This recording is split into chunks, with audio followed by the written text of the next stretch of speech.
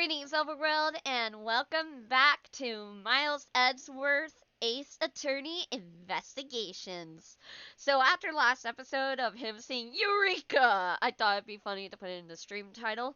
But anyway, hope you all enjoy. We are going to continue the game with Turnabout Airlines beginning. The murder that occurred in my office. The return of the great thief Yatagarasu. Thinking back, everything began on that fateful day 2 years ago. Or 2 days ago? I don't know.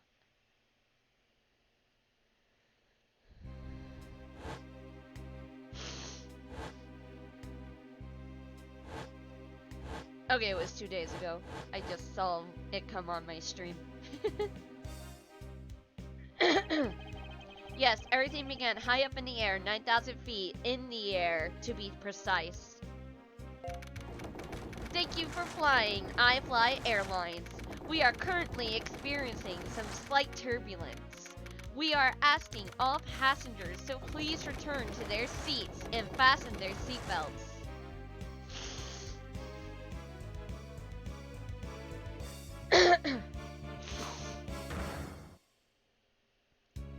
Ouch.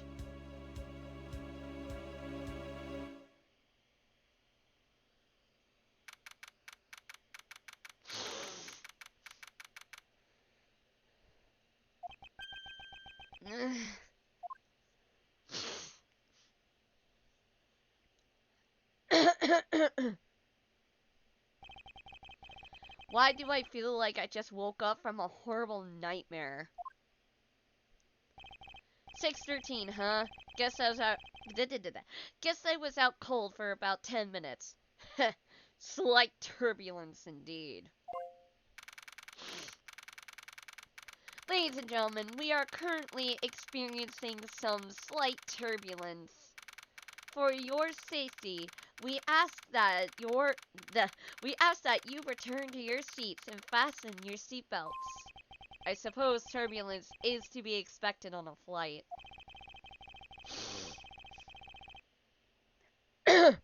Though admittedly, I'm less than comfortable with anything resembling earthquakes.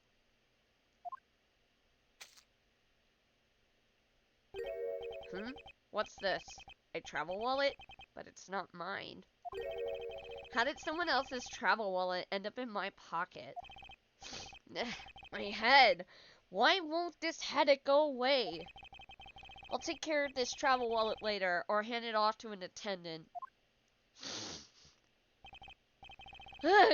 From earthquake-like turbulence to an elevator. So for those of you who don't know, basically when Miles was a kid, he went to a court case to watch his dad do a case. His father was a defense attorney. I almost said defendant. No, he was a defense attorney. And as they were leaving after sadly losing the case, an earthquake struck while they were riding the elevator to get out of the building, and they got trapped in the elevator where they slowly lost oxygen. And then the guy who becomes his mentor to being a prosecutor murdered his dad. So yeah, that's the gist of that. So it's like a double whammy trauma with turbulence, feeling like an earthquake, and now an elevator.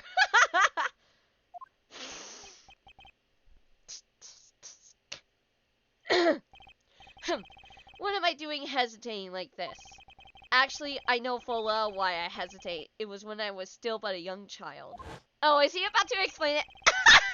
He's explaining it! I was caught up in a murder that happened in an elevator. But how long am I going to let my past haunt me? It's just an elevator. I'm a grown man now. I need to behave like one. How much you want to bet? I knew it! What the? What in the world happened? Is there something wrong, sir? I must ask that you please return to your seat. Eek!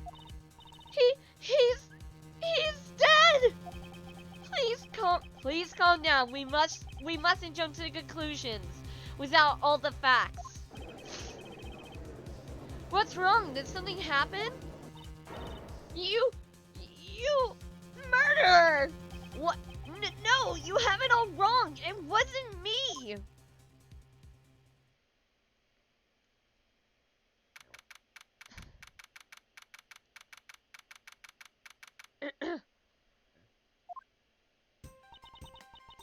Everyone, I am sorry to interrupt, but I have an important announcement. I am one of your flight attendants today, Rhoda Tenero. I hope I said that right. Unfortunately, we have just had a minor accident on this flight. An accident? Don't treat us like we're stupid. I caught a glimpse and it was a murder. What? Murder? What's going on with this flight? Everyone, please calm down. There's no reason to panic. Okay, but can we talk about how huge the food is for the guy standing right below her? Like, sitting right below her? Look how big that food is.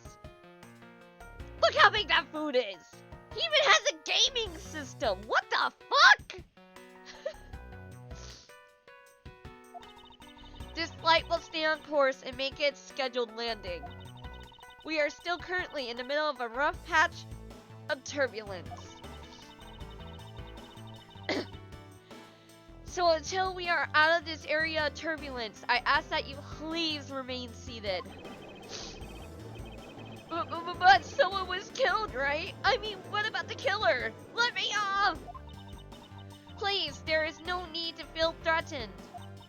We have already apprehended the culprit.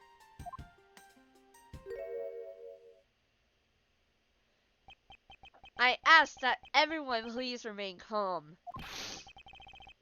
What the heck is he talking about? Why should we remain calm? My name is Miles Edgeworth. I am a prosecutor, and I assure you I am not the killer. Ha! Being a prosecutor doesn't make you incapable of murder, buddy. Now you listen here. I am not the killer. I simply found the body.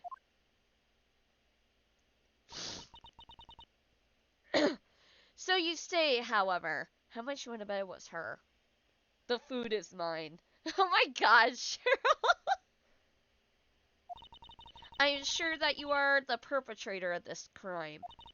I swear on my honor as a professional flight attendant. I almost said flight attendant. Really? Bruh? Oh, is that right? I know what I saw. And there's even very strong incriminating evidence to back me up. What kind of incriminating evidence is she talking about? We've already alerted the proper authorities at our destination. Until we land, you will remain in our custody by the powers vested in our captain. I am very sorry, but please understand our situation. Oh, what? Oh, Cheryl! Ah! That's so nice of you! Thank you for gifting subs! You're so sweet! Aww!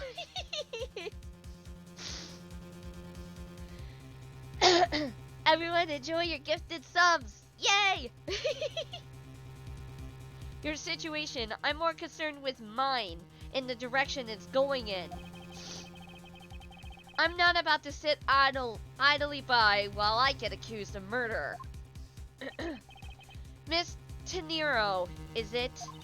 Yes. I was wondering if you might give me a chance. A chance to do what? A chance to plead my case. And a chance to ask what you mean by incriminating evidence just now. To accuse a passenger of such a grave crime without allowing him to give a proper defense? Can the professional flight attendant inside of you really call this action righteous? You have a point. Very well, I will listen to what you have to say. But be wary of what you reveal. I'm afraid you'll only look even more suspicious if your explanation fails to satisfy. I also do not have the time to deal with you all day, so please make it quick. Of course, as you wish. Good. Very well then. Let's get started. I know for a fact that I didn't kill that man in the elevator. What I don't know is what sort of evidence she has up her sleeve. But I'm certain it doesn't fit with how the crime really occurred.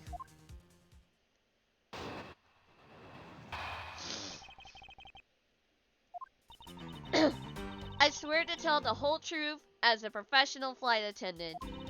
What the hell is her ponytail? It's like a bunch of squares stacked on top of each other. That's so weird. Unfortunately for you, Mr. Edgeworth, I am certain you are the killer. The scene I saw in front of the elevator. Nice nervous face. Nice nervous face, lady. It was you, standing there with fresh blood dripping off the murder weapon. So if you would please cooperate, we'll turn you over just as soon as we land. You mean the traveling wallet that fell into the wine? That's it? That's her evidence? I don't think you could ask for a more perfect witness testimony. Wouldn't you agree, Mr. Edgeworth? Not really, it's hardly perfect when there's a gaping hole in it. Yeah, there really is.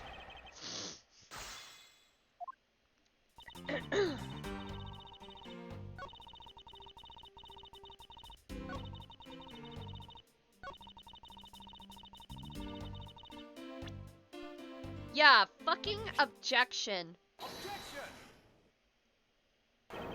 Miss Tenero, what is with this yelling all of a sudden? Arrgh, force of habit. Well, it doesn't matter. Miss Tenero, you say you saw the murder weapon dripping with blood, is that correct? Yes, all that blood. Drip, drip, drip. Just recalling that scene sends a chill down my spine. Sorry, but your so-called professional flight attendant training has failed you. What? I'd like to direct your attention to this. Do you know what this is? It's a travel wallet, right? But it looks a little big and bulky. The thing you saw me holding when I discovered a dead body in the elevator was this very travel wallet, Miss Tenero. What? Impossible! Now then, do you still think I am the killer? That I kill him with a travel wallet? But I saw blood dripping from the wallet. I know I did. As you can see, this wallet is clearly stained. But if you would be so kind as to take a whiff, I think you agree it's only grape juice. They had to censor that it's wine. Oh my god. It's wine, not grape juice.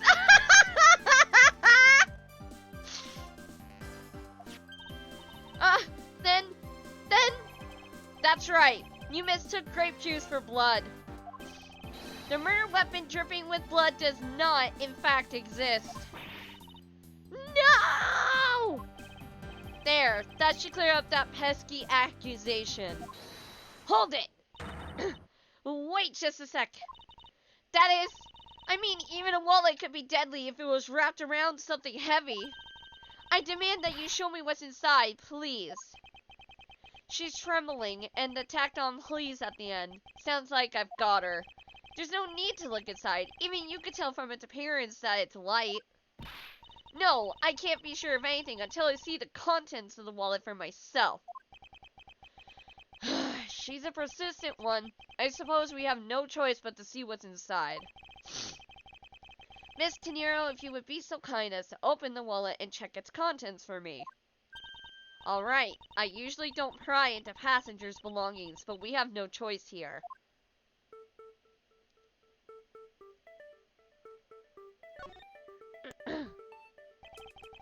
It seems that this passport is all that's in here. As you saw, there is nothing but a passport inside. Crap rave!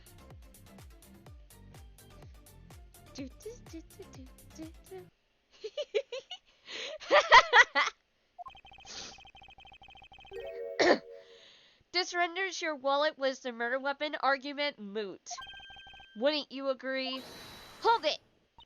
Please hear me out, Mr. Edgeworth. What is it now? Well, I was wondering, whose passport is it exactly? Can I take a look? Why not? I'm rather curious myself. This is... just as I thought. This travel wallet belonged to Mr. A.K.B. Hicks, which makes it the victim's property. You stole the victim's wallet, didn't you? How dare you? You said it yourself. You claimed to be holding this wallet in your hands when I found you. Perhaps I did misconstrue the wallet for the murder weapon. But it seems that I wasn't wrong about who the culprit is. No, you're still wrong, bitch.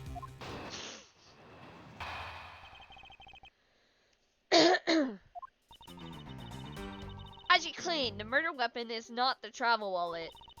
However, it is something you stole from Mr. Hicks after you were done with the vile deed. Just an FYI, in case the void appearances lag, I have a meeting soon. Hopefully it won't affect you too much. We'll see. I still think that one time when you previously had a meeting, it was just party hard not working. But we'll see.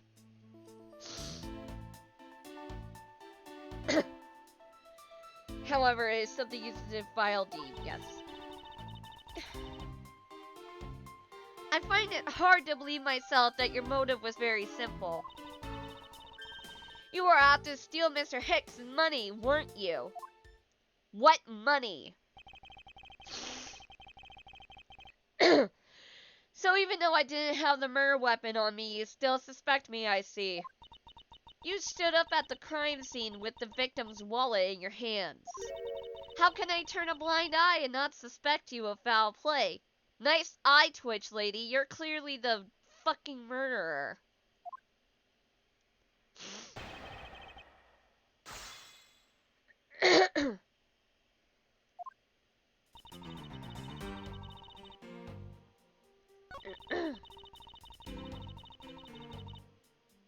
Hold it.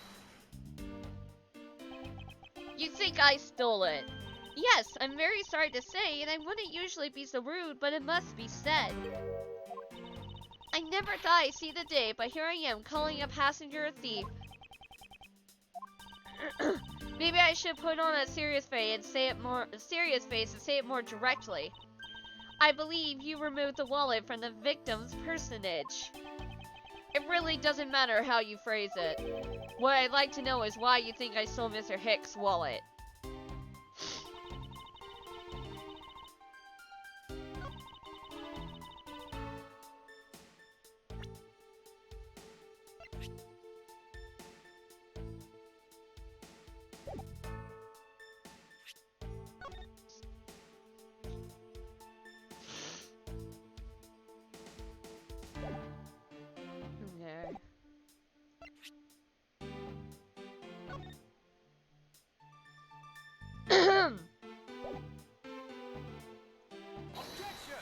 His money is on the floor, dumbass.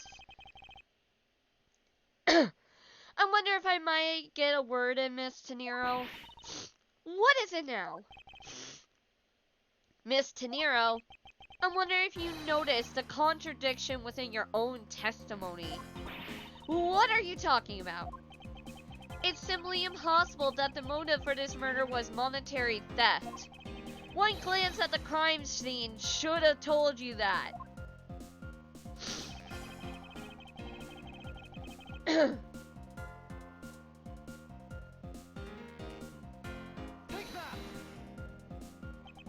If I may direct your attention to the things strewn all over the floor.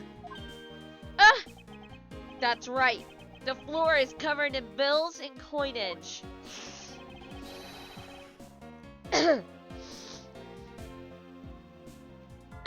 By your rationale, these were the very things the killer was after. Ah! I think we can assume that the wallet fell during the victim's struggle with his killer. And I would think that the killer would have noticed something like money scattering everywhere. Furthermore, as you can see, there was no effort made by the killer to gather the money. But the wallet... yes, the wallet. You will also recall that the only thing in it was Mr. Hicks' passport. If you are really insisting that it was a crime based on greed, then you're claiming that it was all for an empty travel wallet. Forgive me! Please! Dumbass. Oh, it's like, I think, okay, so in a lot of these games, they have outfits that I totally think you would love the fashion for. Hey, what the heck? Are you saying the attendant's wrong? So that guy isn't the killer? Ha! Don't believe it, everyone. It's a trick. Will you all please be quiet? Miss Tenero? Yes? You lost your cool when you saw the dead body. Plus, the lounge was dark and looking into the light from the elevator. It's easy to see how you mistook the wallet in my hand for the murder weapon. I take no offense that you thought I was the killer. Mr. Edgeworth. Thank you for releasing me. Now I can actually investigate this shit. What the hell? Eyeball, tree, mouse with an arm and legs, kamehameha, grieving, scissors, leaf, arrow, kameha, waves, grieving, and whatever the fuck that is, what is it now?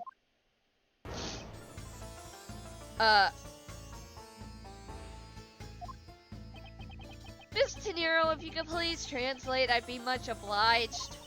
It sounds like Bulgarian, but I don't understand any of it. There's another attendant on this flight who...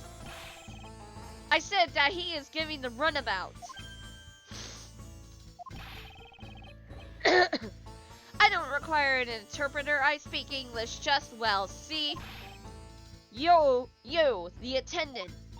Yes, sir? I want this person to be under the arrest until we arrive at the airport. Oh, so maybe he's the murderer. What a bitch. Oh, that's a good idea. I don't know if the EUREKA noise will be in there, but I know for a fact that objection would probably be in there.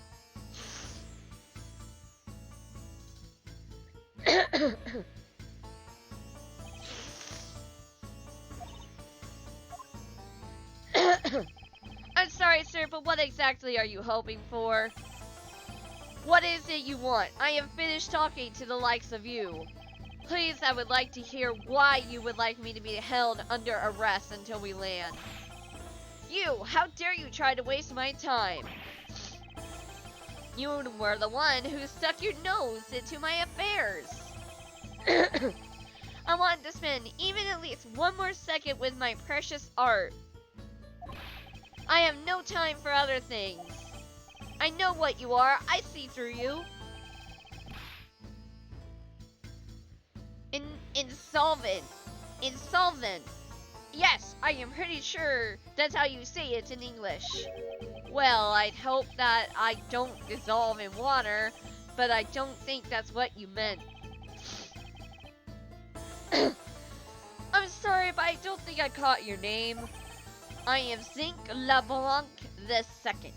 I am a very wealthy man in the Bourgogne.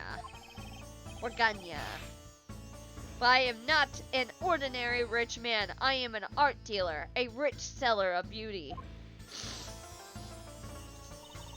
Mr. Leblanc, what did you mean just now? Pardon? When you said that Mr. Edgeworth was giving me the runabout? I have to explain? Unbelievable. I will say it once and only once. I do not even have a second to waste. Time is money, as they say. Yes, and yet you continue to blather on. I saw it. Yes, I did. I saw the victim go onto the elevator, going down to the lounge. It was exactly at 6 o'clock. And what's the significance of that time? At 6, he says. Wait, you saw him at 6? What's the matter, Mr. Edgeworth? He understands, I see. Miss Attendant, what time did you discover the body? Well, it was a little after the patch of turbulence, so I would say around 6:15. Hicks was his name, was it? Then I say that man, Hicks, was killed in the 15-minute time span. And the only person in the lounge at that time was this prosecutor, yes? Yeah, I was in my seat the whole time. Me too. I was watching the movie and enjoying the fine glass of grape juice. It's fucking wine! I was still eating. Still haven't finished, see? Oh my god! That food is huge! You haven't even touched the dessert glass next to you, man! What the heck?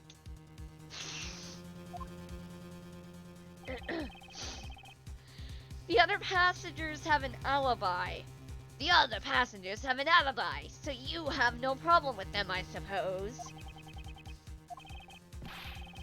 No complaint. I see not a single word against this, right? I have no way of discounting what you have put forth at this point, but it wasn't me. Oh, so you say. But do you have what you say, the evidence? Mr. Edgeworth, are you really the culprit after all?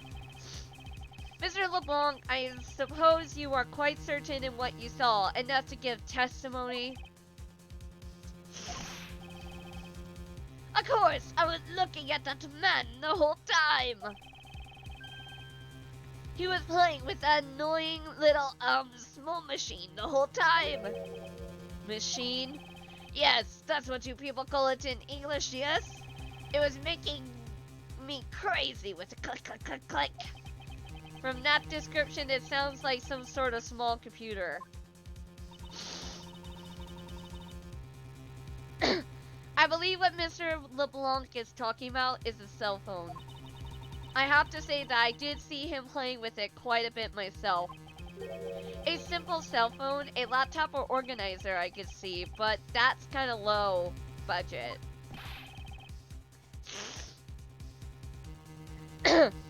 I hate that noisy little machine in his hands, so you killed him because he was using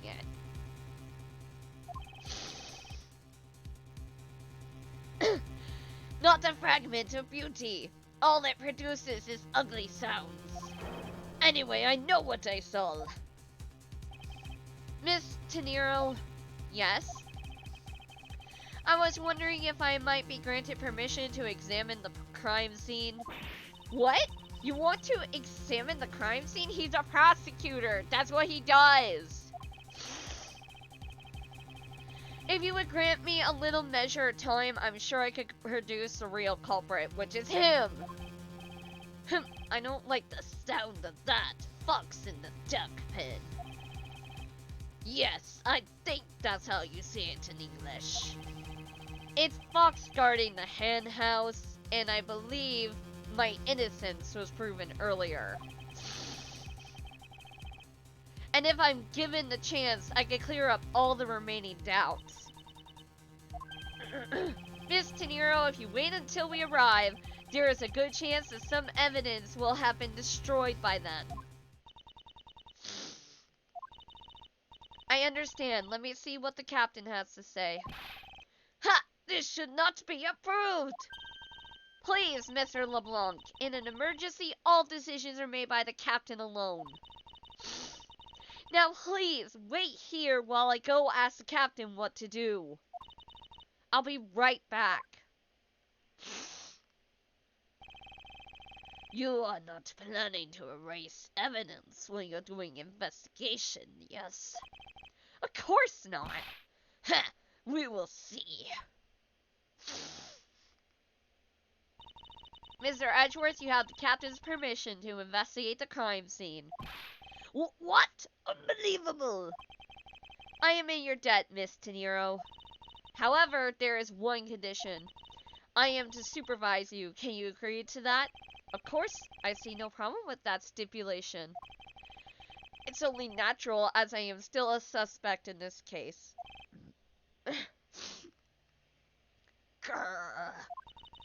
I take full responsibility and will watch Mr. Edgeworth's every move. I hope this is reassurance enough that there will be no foul play. Now then, Mr. Edgeworth, shall we proceed? If you should need my help with anything, please feel free to touch the partner button. Good luck, Cheryl. It's time to head to the scene of the crime, the first floor lounge.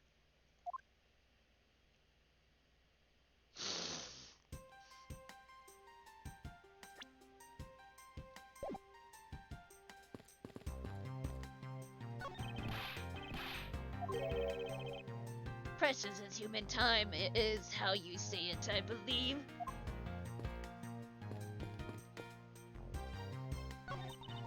In order to preserve the crime scene, I'm afraid the elevator is not in service. To get to the first floor lounge, we need to take the stairs. Excuse me, but may I have a word with you? You there! If you need something, please ask Miss Rhoda over there, okay? What the? Hey, wake up, you! I'm terribly sorry that she's being so rude, Mr. Edgeworth. No need for you to apologize.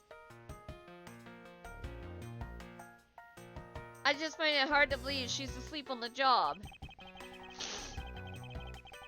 If I were her boss, I'd see to it that her salary was cut so low that it was in the red. Alrighty. This was Mr. Hicks' seat. I don't see the machine Mr. Leblanc was talking about. Perhaps it is in the elevator. Maybe we should probably head down to the crime scene now.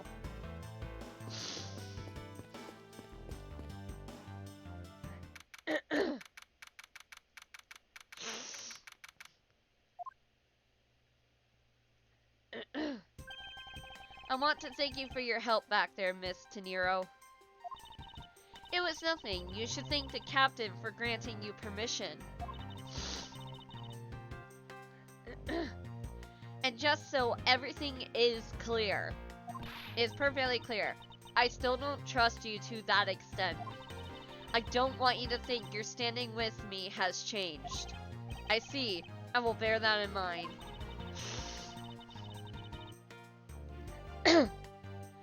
I received an order from the captain earlier. He wanted you to know that we reserve the right to stop your investigation if we feel you are not making progress.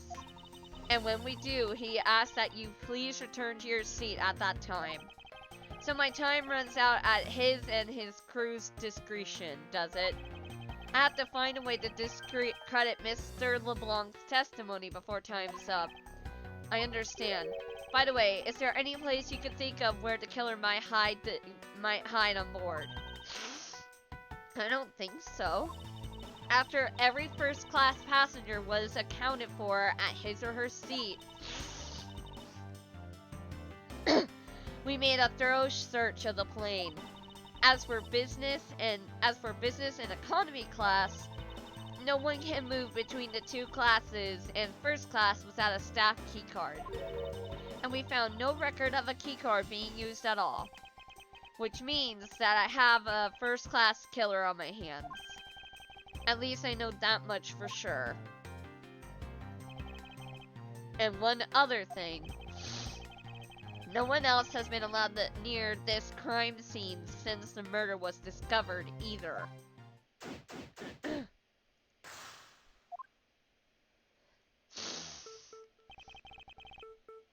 Now then, let's get started. But where should we start from? Let's start with Mr. Leblanc's statements. The crime occurred between 6 a.m. and 6:15 a.m. During that interval, the only person in the lounge was myself, which would make me the prime suspect. However, since I did not kill Mr. Hicks, it means that the killer was around somewhere. If we are to believe what you say is true, then yes. The first order of business will be to gather information to win your trust.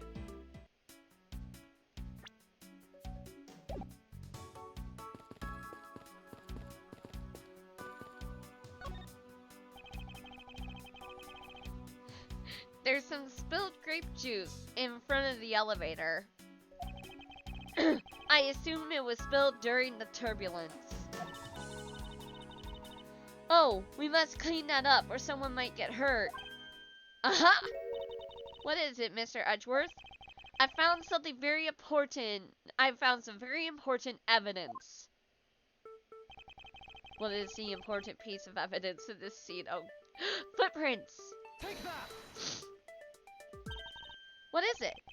They're a little smudged, but we can both agree there are a set of footprints. So you think, yes, these belong to our killer. Oh, then maybe we should check the shoe sizes of everyone in first class. I don't think that will be of any help to us. Unfortunately, the prints are too smudged, which will make it hard to get a definitive match. Oh, I see.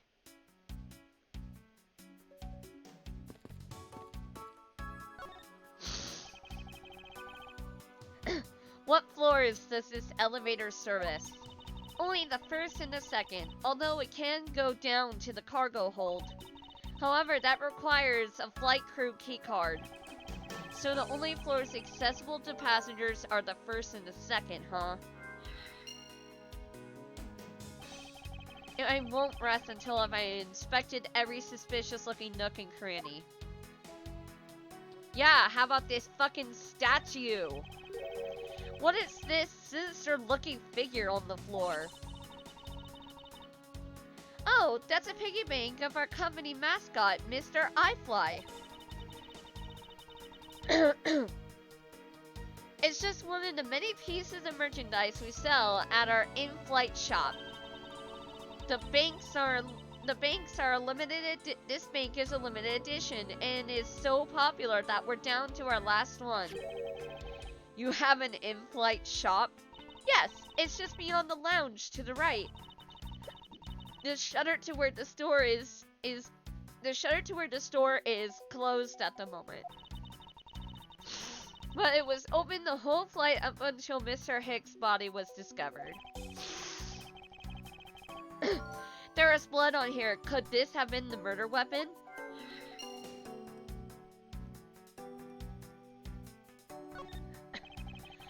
I wonder what is hanging off of this lanyard. Something's missing from this picture. Now if I could just put my finger on it.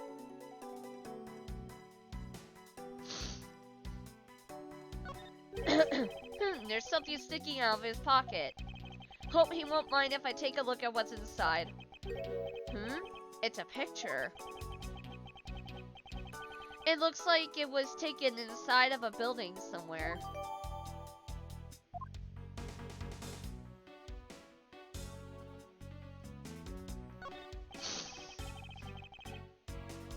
Money is strewn all over the floor of the elevator. I would guess it was on Mr. Hicks' wallet at some point.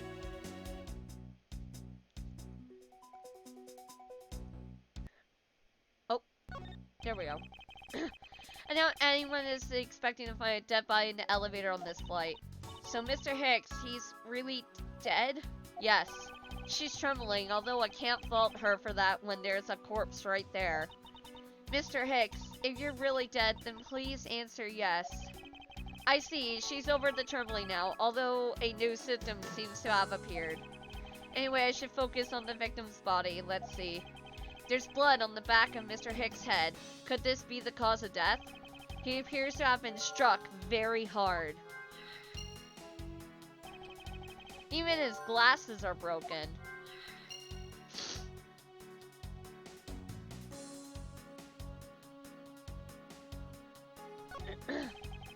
There's no grape juice residue on the soles of his shoes, making it highly unlikely that Mr. Hicks entered this elevator after the turbulence.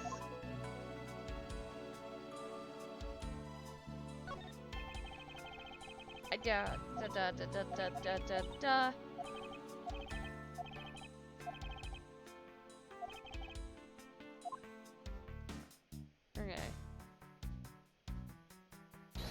Oh, wrong button. No, back.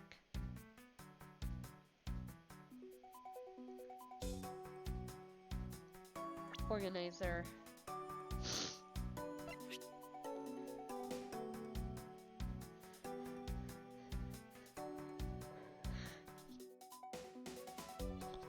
Sorry, I had to sneeze.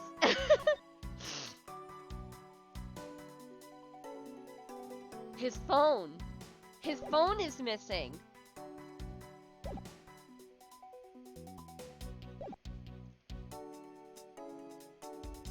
Deduce.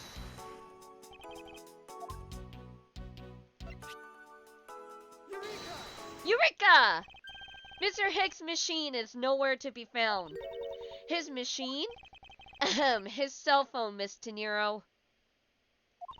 Ah, so I guess because it's not here. Yes, I think we can safely deduce that the killer took it.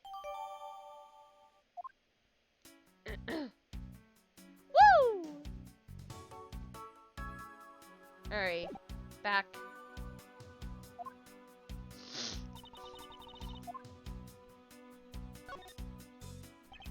Miss De Niro, I'd like to ask you about investigating the lounge. As long as you have the captain's permission, I can't stop you from looking around.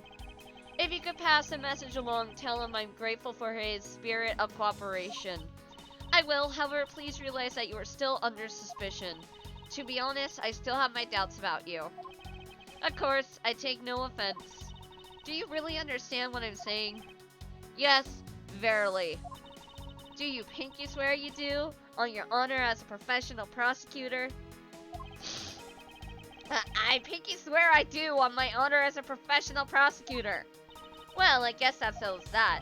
I feel my honor as a man slowly diminishing. Did you notice anything?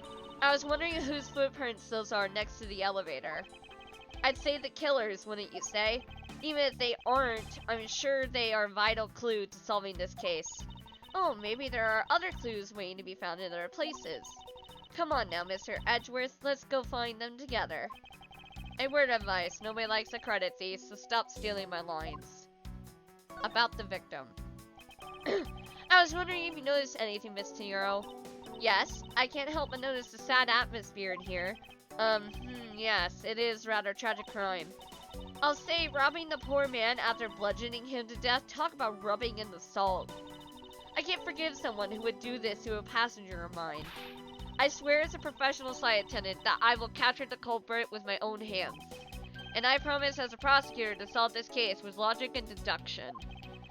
I should go over all the leads I've collected so far one more time.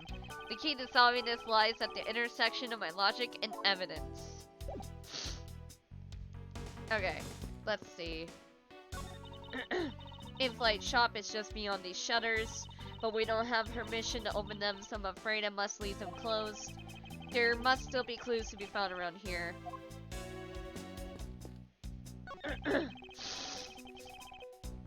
The glasses and candles thrown into disarray by the turbulence.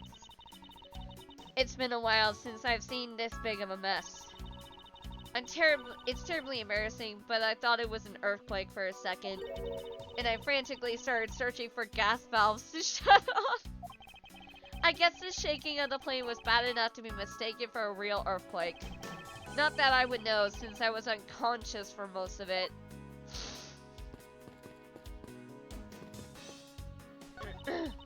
This grand piano is the pride of this plane. It can play the music of whatever CD we insert into its CD drive. That's not a piano, it's more like an overgrown music box. Ah, but its keys depress along with the music as though there really is someone playing it. Some people have entirely too much money to waste on overly complex toys.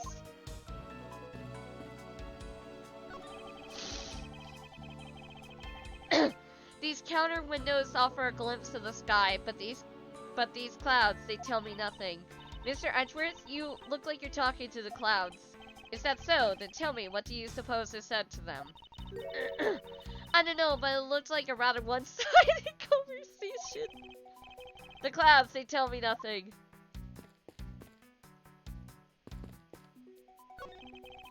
These bottles and glasses must have been broken by the turbulence. There is quite a bit of broken glass here. Please be careful when passing through the area. Thank you very much for the warning, Mr. Edgeworth. However, no matter how kind you are towards me, know that it does not clear any suspicions I have about you. I wasn't warning you for the sake of clearing my name.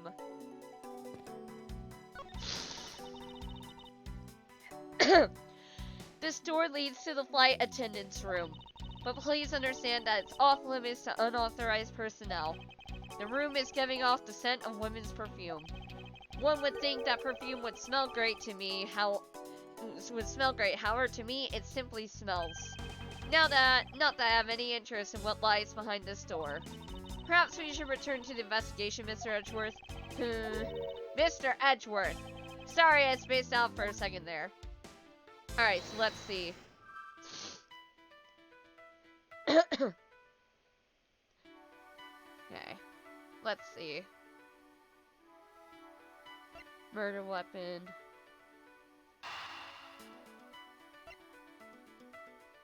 Let's see. Connect. Woo! We got it! A statue with blood on it lying next to the body of a man who was beaten to death. Oh, Mr. Edgeworth, I think I figured something out. Yes, what is it? The way the blood is on this, it looks like it matches up with the wound on his head. Well, aren't we deserving on the master of the obvious title? Well, what do you think, Mr. Edgeworth? Don't you think that's worth investigating? It would appear that is the figurine of our murder weapon. Figurine is our murder weapon. Oh, I just knew it. I mean, I can't think of any other connection. Perhaps Master of Oblivious would be more befitting. Mr. iFlight piggybang data jotted down in my organizer.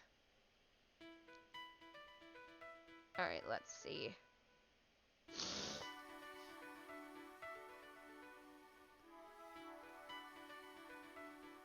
Let's see, where was the killer? Let's try this.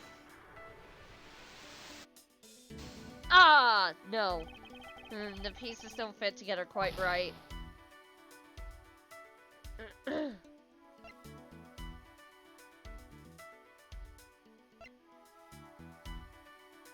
Okay, back. Okay, let's see. Okay. Oh, god damn it. Not again! Back!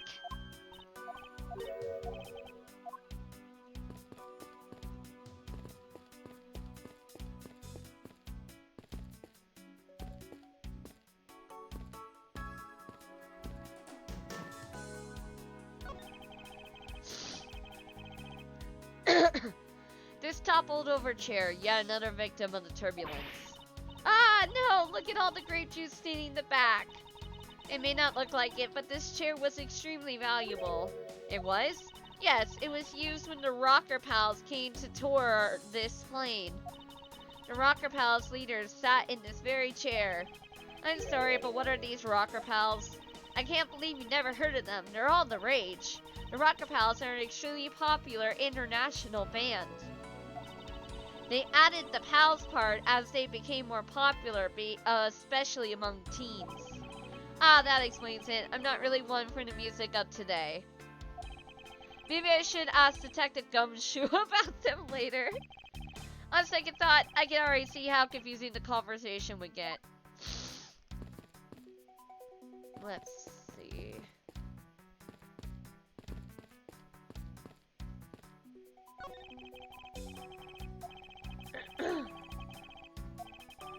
By the unpleasant smell of the crime scene.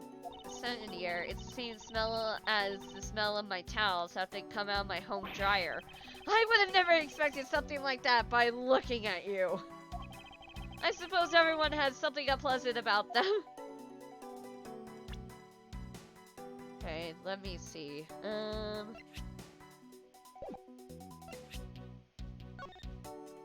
Here we go. I was like, let's check.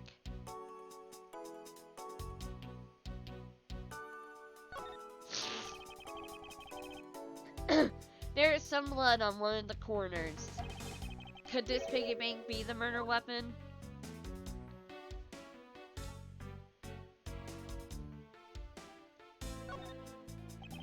I suppose this is where you insert your coins. Ah, gotta adjust my legs. Ah! Have to say, for a piggy bank, it's made rather well. So well, in fact, I'm not sure there is a way to take your money out.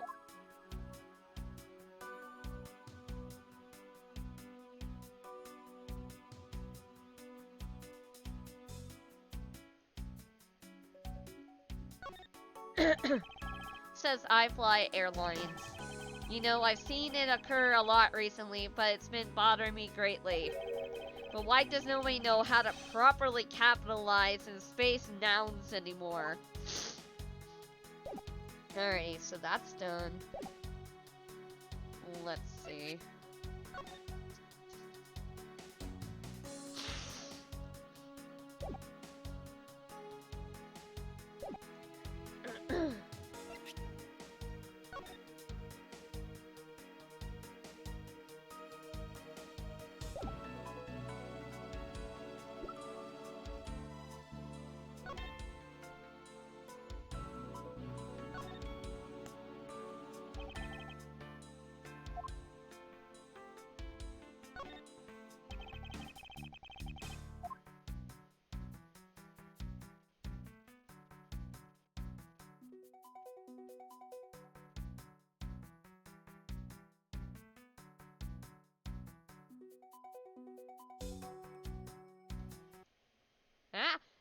No, I didn't mean to do that. Ah, go back, go back. Ah, okay, you know what? I need to do this really fast. So a second. There we go. Now my mouse is the pointer. Jeez. There's no money whatsoever inside this travel wallet. What is that? Okay, there's nothing in there.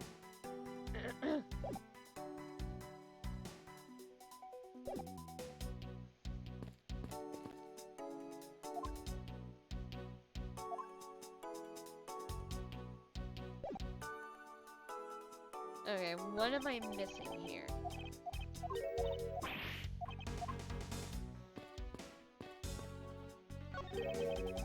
What or who is this? This is a bronze statue of the founder of iFly Airlines, Mr. Hugo iFly.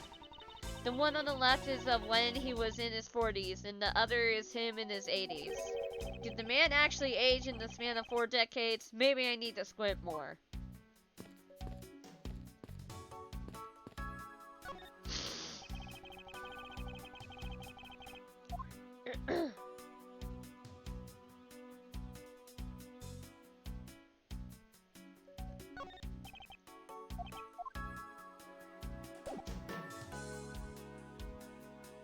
Okay, I'm missing something here, so it's time to pull up a guide! Woo! Alright, let's see. Turnabout.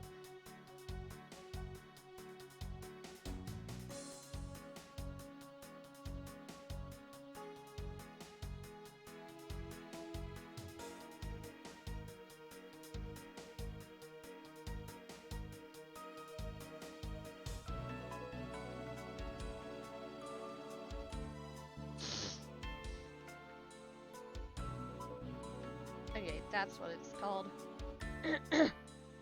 Turnabout Airlines. Oh, for goodness sake. Thank you. Click that. Trying to get my solution because I'm like, okay, I'm stuck now. I got one thing and now I'm stuck.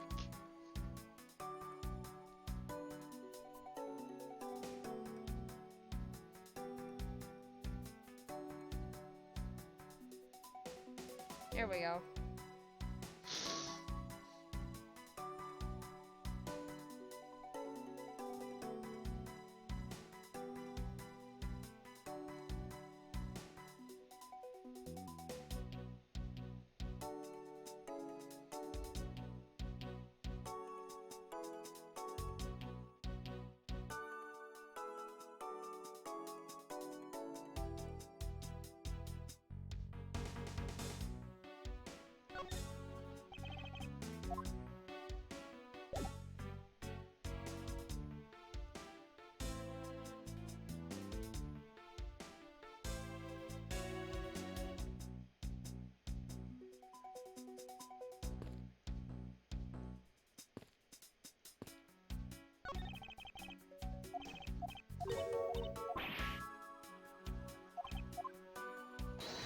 Trying to figure this out. Confirm. Confirm.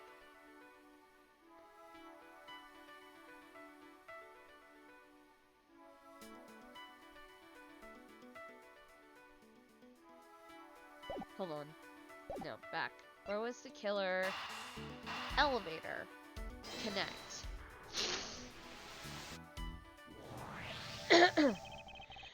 True, there wasn't anyone else in the lounge other than myself right before the turbulence. But if the killer was in the elevator along with the victim, then that's a different story.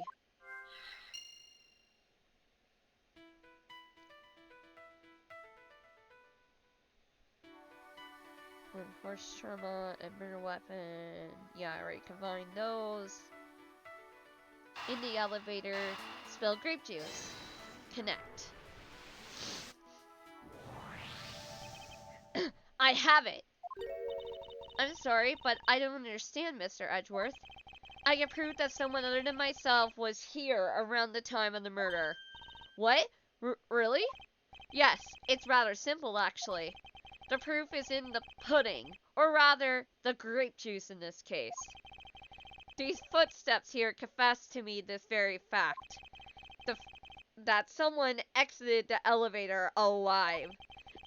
Seeing as how the victim is dead, that would mean a second person. But couldn't the footprints be from Mr. Hicks himself?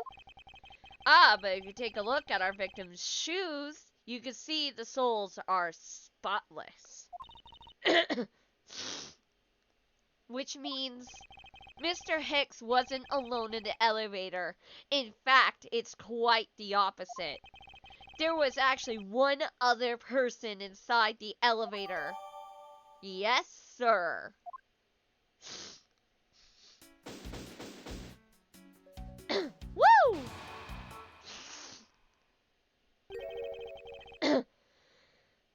What's going on over there? Fucking Leblanc. Unforgivable! This is unforgivable! This is unforgivable! Do you understand what I'm saying? The movie is late! It is the same level of bad as if the plane arrived late! But the movie... What? I will not talk to you anymore! You are just wasting my time! What is the matter, Mr. Leblanc? If there is no emergency, please return to your seat, sir. Do not tell me what to do. I need not sit down. Well, Mr. Prosecutor, did you prove you are innocent yet? If you would like, I will prove my innocence to you right now. What? Nonsense! Are you saying my eyewitness testimony is mistaken? Not mistaken, merely that there is room for doubt. I'd be most honored if you could please tell me what you saw in detail once more. Fine, suit yourself.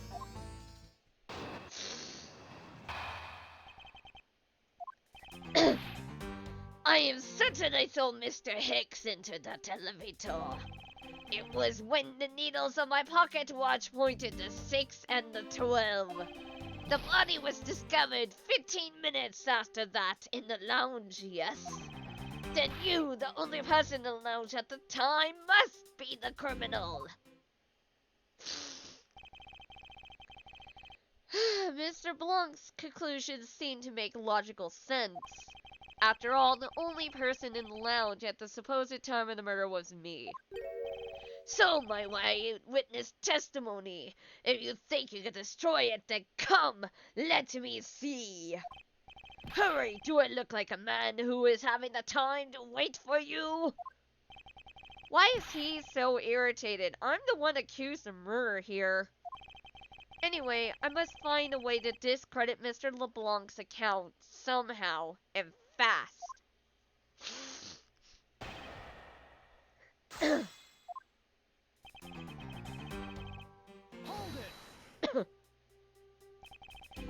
Mr. Leblanc, were you able to get a good look at the inside of the elevator at that time? Of course I saw to what was inside. And you are sure that the victim was in the elevator alone? Yes, the only person inside was that Mr. Hicks man. This last outburst is a bit too important to let go.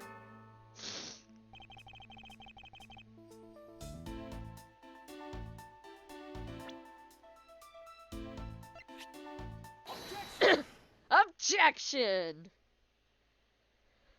Mr. Leblanc? What is it? There is a very glaring contradiction in your testimony. What do you mean? Please take a look at the area in front of the elevator. There, at the spilled grape juice. Yes, and will you admit you also spilled it with the blood? No, it spilled itself during the turbulence. But the interesting thing here is the set of grape juice footprints. Footprints? Yes, the ones that lead from within the elevator out into the lounge itself. It's evidence that proves that someone other than Mr. Hicks exited the elevator alive. Oh. There must have been another person in the elevator with Mr. Hicks. Now then, I'm done playing games. Why don't you tell us the truth? Can you please translate for us? Oh my god, what is her uniform? That is so not flight attendant appropriate. No way, that's totally impossible. I guess is what he said. No way, that is totally impossible.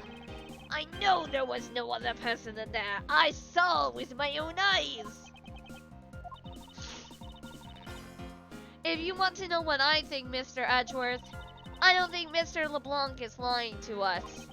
I suppose she's right, he doesn't seem to be lying. But then what does it mean? What about this contradiction? Welcome back. We had no lagging issues while you were in your meeting. So, I think Party Hard 2 is just broken for streaming for some reason.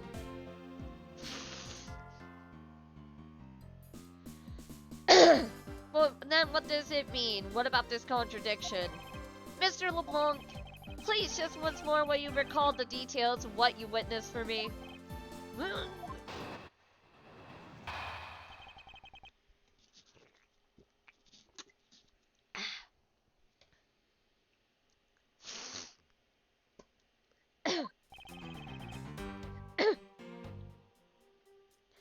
I was very upset when Mr. Hicks... Yeah, we'll try it again at some point. I was very upset when Mr. Hicks passed by my seat. I was always checking the time over and over again. I happened to follow that man with my eyes when he passed me. And I saw clearly into the elevator he was entering. But I swear there was no one else inside. No one!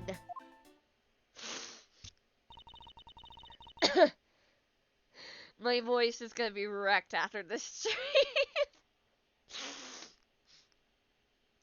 Mr. Leblanc, if you would please calm down. What?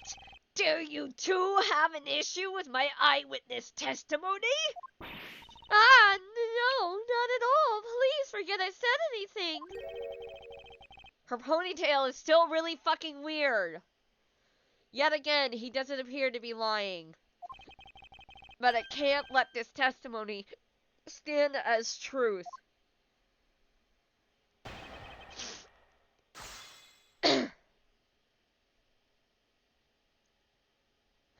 If anything, I'll probably drink tea with honey and lemon, because that always works when I mess up my throat/voice.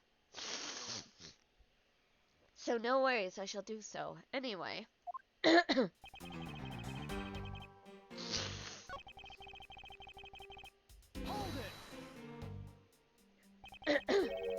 Why were you so attentive to the time? Because something unforgivable was happening. Come to think of it, you were yelling about something unforgivable earlier. I was giving a complaint to the attendant about the movie starting time. Return back to me my time and money. You understand the point? We need a tea emote for you, laugh aloud. Yes, that would be cute. Movie. Is he talking about the in-flight one that's mentioned in the magazine?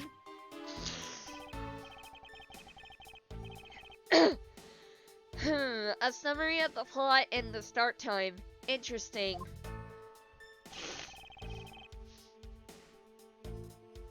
They were supposed to show license to love, laugh, maim, and murder. I cannot see that movie in my country. You can only see it on international flights. I looked forward greatly to that movie. I checked my pocket watch whenever possible, so I would not miss it. I even set my pocket watch to the destination time when I came on board. No, the void doesn't need tissues, thank you. It's just allergies. So my watch is not wrong, it matched the schedule. But the movie was still late. Very, very late. Hold it. Your pocket watch. I'd like to ask a little more about it, if that's alright. The movie I wanted to see would not start, so I checked my pocket watch many times.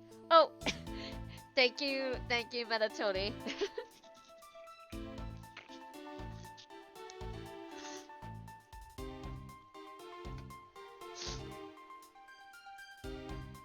There we go.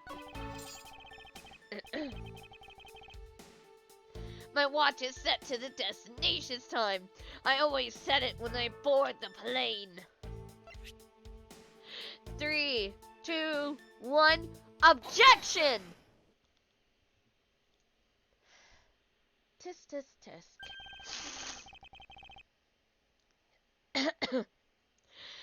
Mr. LeBlanc, you said this just now in your testimony. I even set my pocket watch to the destination time when I came on board. Now, if your watch has been set to our destination's time zone, it would mean that your watch is displaying the time of our destination. Yes, and the correct time is worth its 6 cents. I would like you to take a look at this. If you believe this Sky magazine, clocks on this flight in accordance with the time of our departure time zone. Of course, the movie schedule was also created with that in mind. Mr. Tenero, for confirmation's sake, what time zone is this flight aligned to right now? Well, we made a short stop at a transfer point. That's right, it was in that small Asian country, the Republic of Sangfa. But we didn't readjust our onboard clocks at that time. So right now we are still running on Borganian time. What? The time difference between Borgania and our destination is 9 hours. In that case, it's only natural that your watch would be out of sync with the schedule. What? What was that face?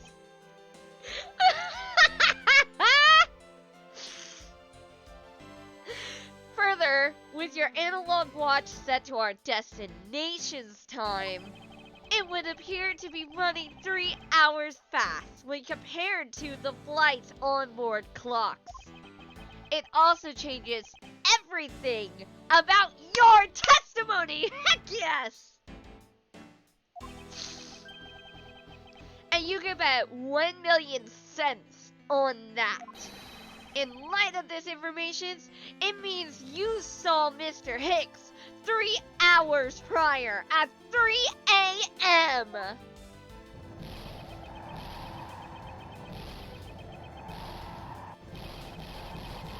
My 1,000,000 cents!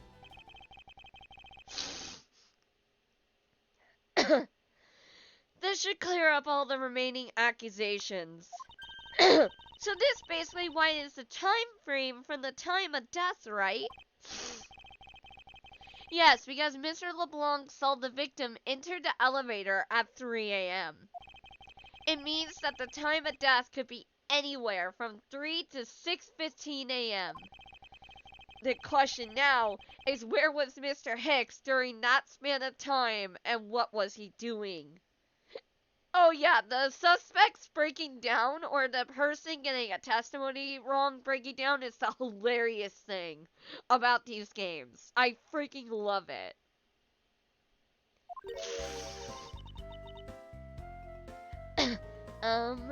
I've got something to say. And you are? Yeah, oh. I'm Cammy Mealy. I'm a flight attendant. Her outfit is not appropriate to be a flight attendant. What is this?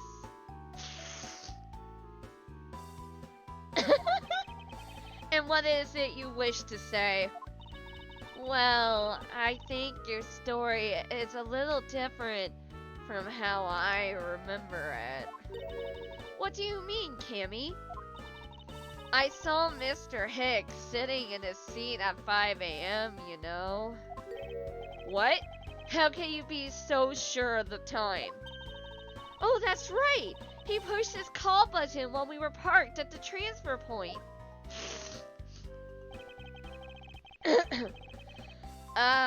The stop we made for refueling and cargo transfer in Sangfa, correct? A message from Mr. iFly. This flight will be making a brief stop to refuel and transfer cargo in the Republic of Sangfa between 4 and 5 a.m.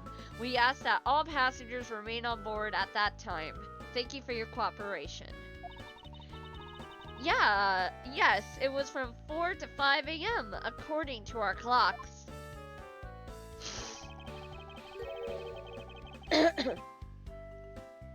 The breakdowns are so dramatic, I love it. 10 out of 10 appropriate outfit. No! No!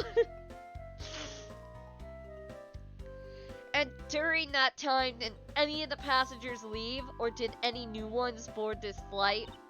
No. Not a single person got off or on in Sangfa. What about the flight crew? The few who were handling— I don't like her face. I don't like Cammy's face. I don't like it.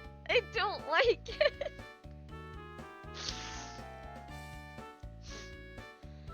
The few who are handling the cargo transfer might have temporarily gotten on or off, but eventually everyone, including Cammy and myself, came back on the plane.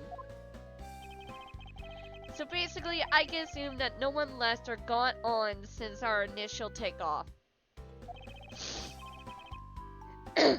Interesting. I should keep that in mind. Yeah, and I answered his call. I can tell you, Mr. Abkey Hicks was there in his seat when we took off again at 5 a.m.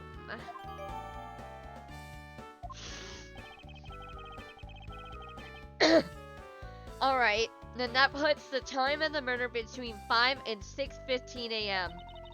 Okay, now what time did you come down to the lounge, Mr. Edgeworth? I remember coming down here almost as soon as we left the Republic of Sangva. Ah! You were here the whole time from 5, yes? Then you are the only one who could be the killer!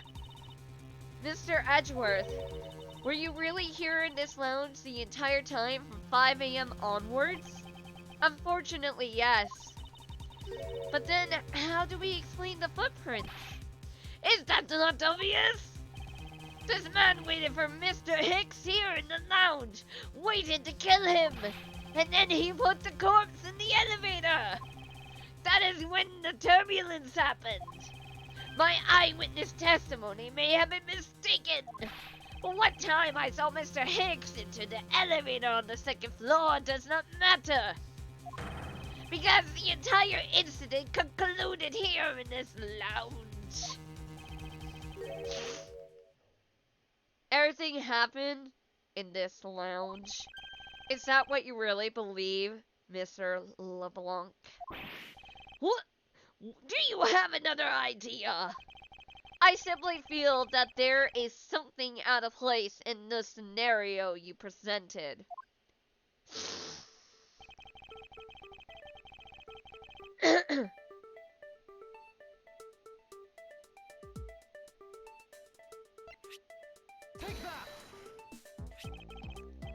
These footprints, in which direction do you think these are heading? That would be the in-flight shop. Correct. They are heading in the direction of the shop. But they look disconnected. They end all of a sudden. You are right to point out that they do not form one continuous trail to the shop. However, there is another piece of evidence that connects the shop to our crime scene.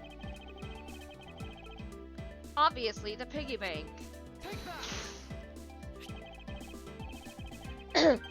The murder weapon, this little piggy bank, is sold at the in-flight shop. It is sold there and only there, and is not displayed here in this lounge.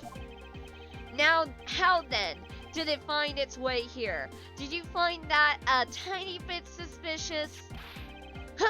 Such a trivial point. It only means you prepared it by taking it from the shop first before coming here. It doesn't prove you are innocent at all. Is there no way to win with this man?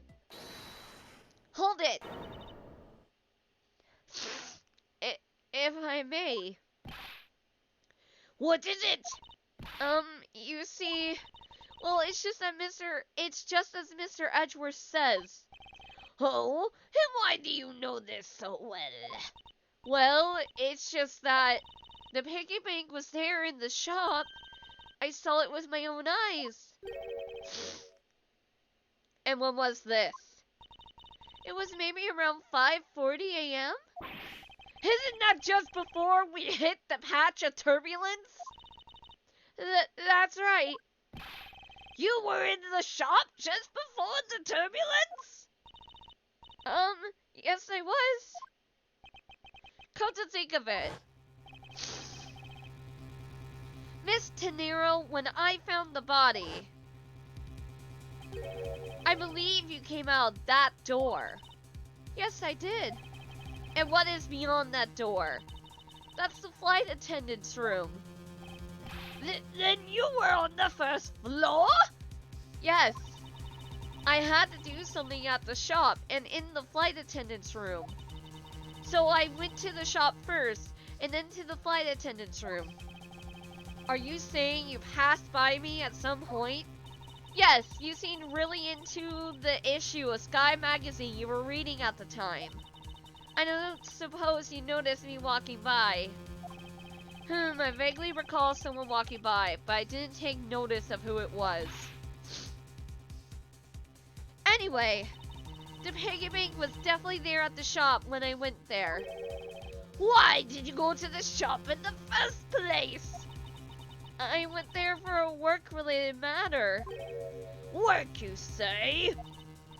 Yes, the upkeep of the shop is also one of my responsibilities. Why did you not say anything about that until now, is what I want to know. In any case, I believe it's clear that the shop needs to be investigated as well. Shall we head over there then? Hold it! Hear me! What is it now?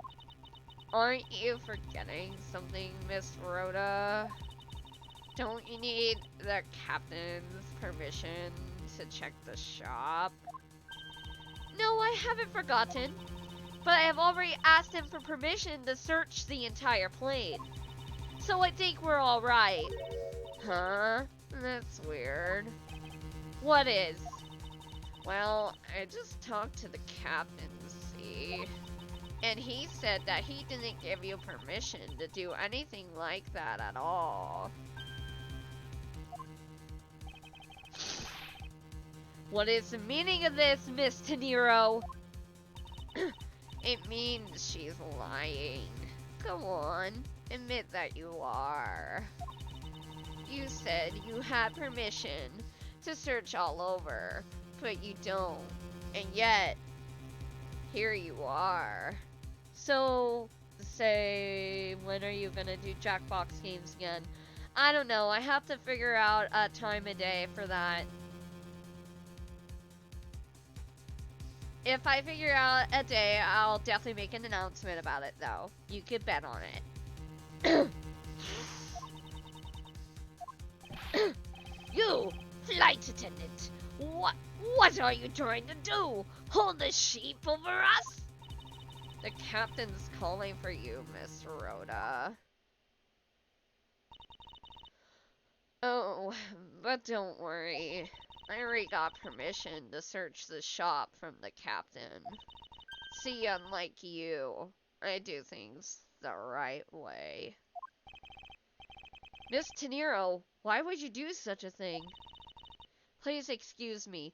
Okay, it's between Leblanc and Tenero. I'm sus on both of them. It could also be her, too. Looks like I get to be in charge now. Please go back to your seat, Mr. Leblanc. Now then, Mr. Edgeworth. If you would follow me, I will be your guide from now on. There's something about Miss Tenero that has piqued my curiosity. But right now, investigating the in-flight shop is my top priority.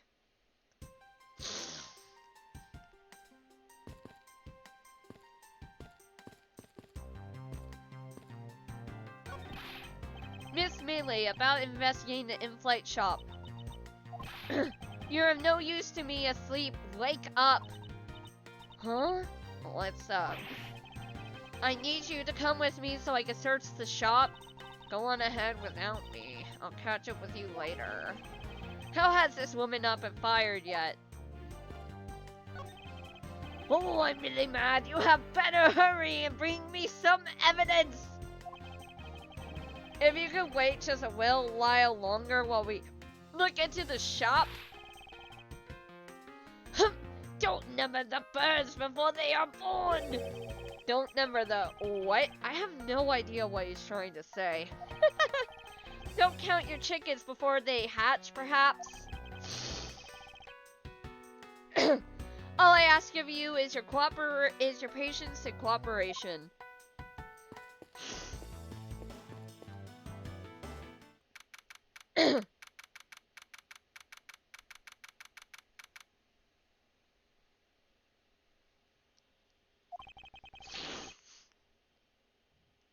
Well, there's clearly very broken glass in here. So this is the in-flight shop. It's quite a mess in here. You think? Guess I'll have to clean things up then. Teehee. Hold on! You can't clean up a potential crime scene. Oh, thank goodness. I hate cleaning so much. I mustn't rush things here. I must remain cool, calm, and collected. Because this piggy bank was left at the crime scene. There is a very good chance that the killer had paid this place a visit.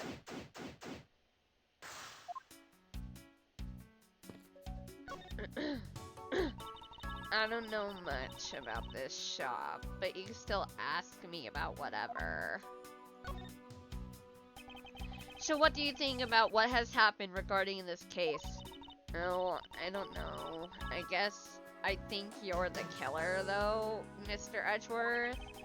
I can assure you that I'm here in this shop to prove that just the opposite. Yeah, but it was me that got you the permission to look around, you know. So don't forget that, okay? How am I supposed to thank you properly if you insist on falling asleep? Well, you know what really show your thanks. You see that item for sale over there? Sorry, but you're going to have to make do with my words of appreciation.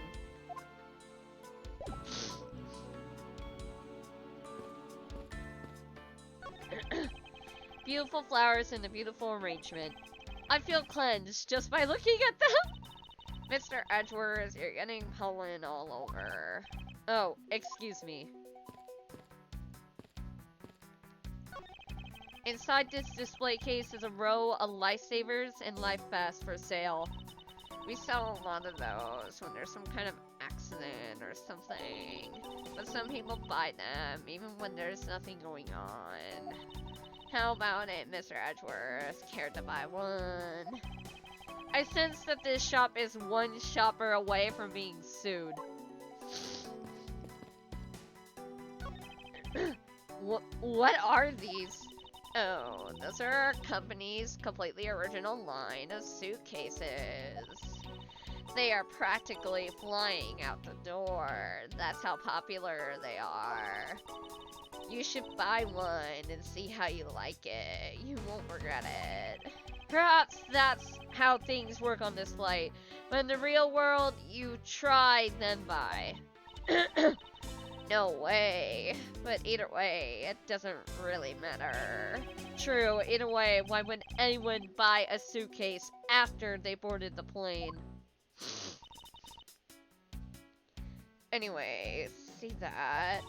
Just look at that Mr. iFly heads painted on there. Cute company mascot, isn't he? They're painted on with a lot of care. Doesn't he look like he's just about to jump out at you? It is certainly making something jump inside my stomach. Huh? Oh, I guess there's no fooling your refined taste. You looked like you really wanted to get one. And I thought I was going to finally make my first sale. But you saw right through it. Glad that's done though. Never make me try to give you a sales pitch ever again. Okay. But I never showed any interest in it to begin with. It really is pretty horrible, isn't it? You want to know something?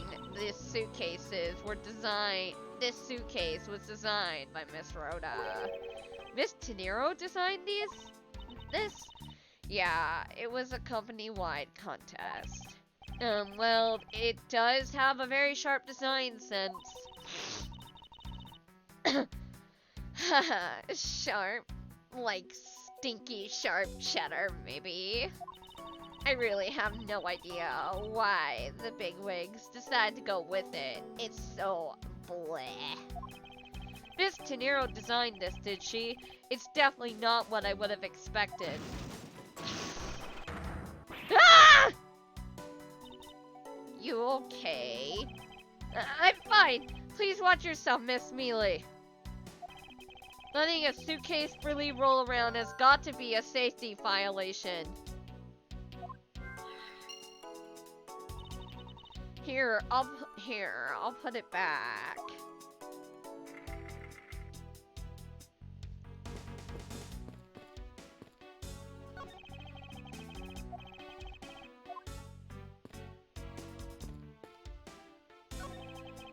There's a wide selection of souvenirs for sale in these display cases. You know what I'd suggest? Sorry, but I have no intention of buying souvenirs on this trip. Okay, then how about you buy something for me then, as a present? I can't think of a single reason why I'd want to buy you anything. I've had my eye on that pendant for such a long time. Try paying some attention to me when I ask you something, and then we'll talk. The glass from this display case door is shattered all over the floor. And it looks like there's nothing on display inside either. Wait, actually, I think there is something. What's this? A mini captain's hat?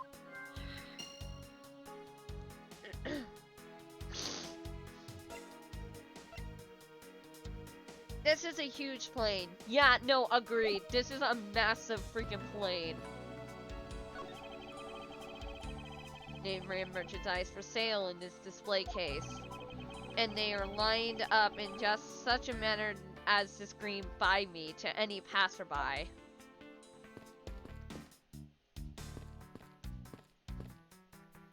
Logic. Murder weapon. Tiny captain's hat. It's the cruise ship of planes. The hat probably used to be on the piggy bank's head. Let's give it a go and see. I believe this piggy bank was forcibly removed from this display case. Does this mean that the killer broke the glass to get at it? Well, that's totally not sus at all. Really? Don't tell me you don't know what things go where in this shop. Well, I don't. Miss Rhoda's in charge of this place. So come on, how should I know anything? I sense that further inspection of this display case is needed.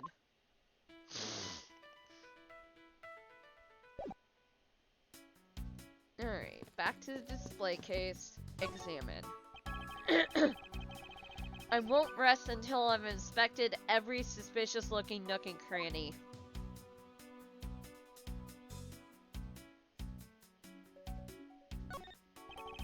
The glass on this door is broken. Perhaps it was the killer who broke it in order to take the piggy bank. But it's a bit odd that the inside of the case is so devoid of glass shards.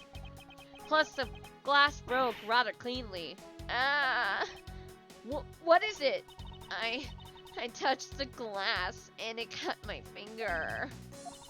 It hurts, Mr. Edgeworth. It hurts. Please tell me you could deal with such a minor cut on your own.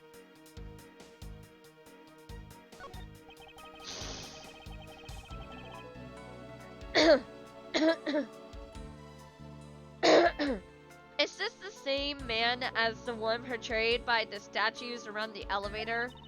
Yeah, that's a paperweight of the founder of iFly Airlines, Mr. Hugo iFly. On the bottom shelf, we have a cute one. The middle shelf is a realistic one. And on the top shelf, that's the floral version. But floral? Are you sure about that? Let me guess, you just said the first thing that came to your mind, right? Looks like I hit the bullseye.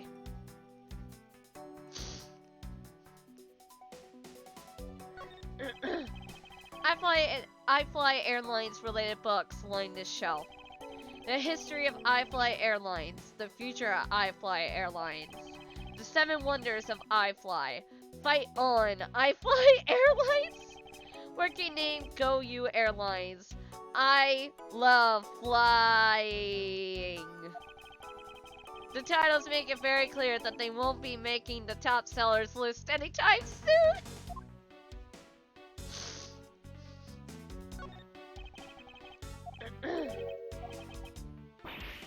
Gosh darn it, didn't mean to repeat.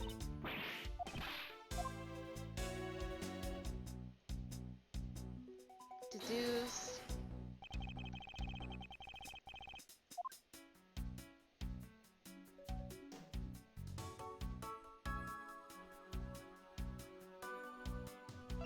The piggy bank.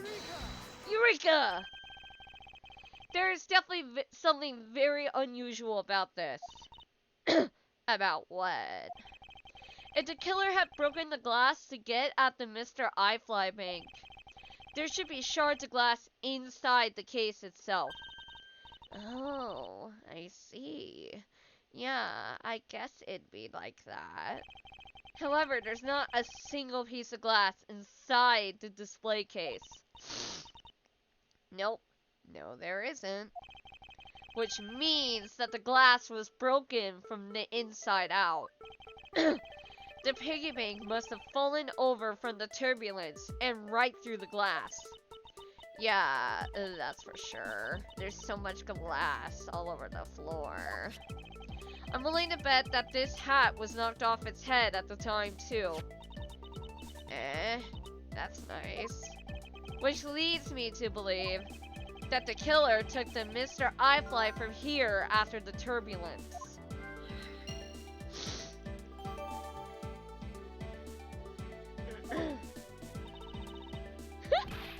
Take your power naps on your own time, Miss Mealy, and listen to when I'm talking.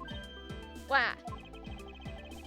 But the murder occurred before the turbulence, which rules this piggy bank out as the murder weapon.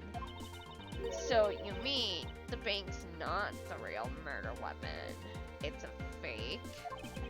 Yes, at this point, that is a very real possibility.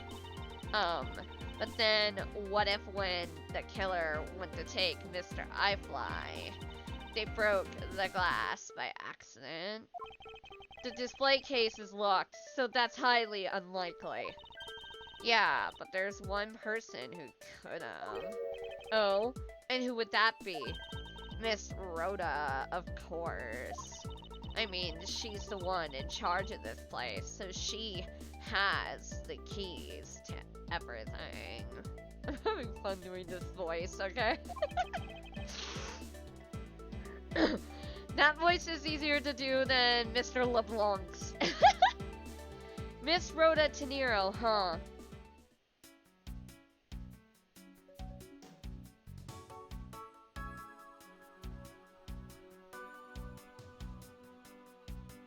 Alrighty. So I think I got everything from the shelf. So let's see.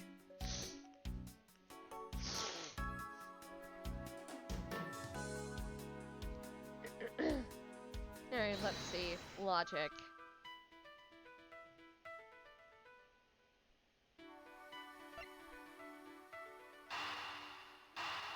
Let's try connecting these two.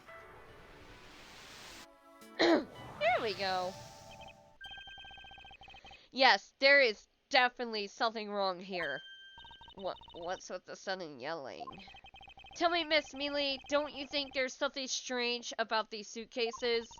Oh, well, sure. They totally oozed strange, like the color and such. That's not what I'm talking about. Now pay attention. You're scaring me, Mr. Edgeworth. Sorry. Ahem. These suitcases are lined up a bit too prim and proper. Yeah, they look a bit uptight, don't they? But I guess they take after their creator.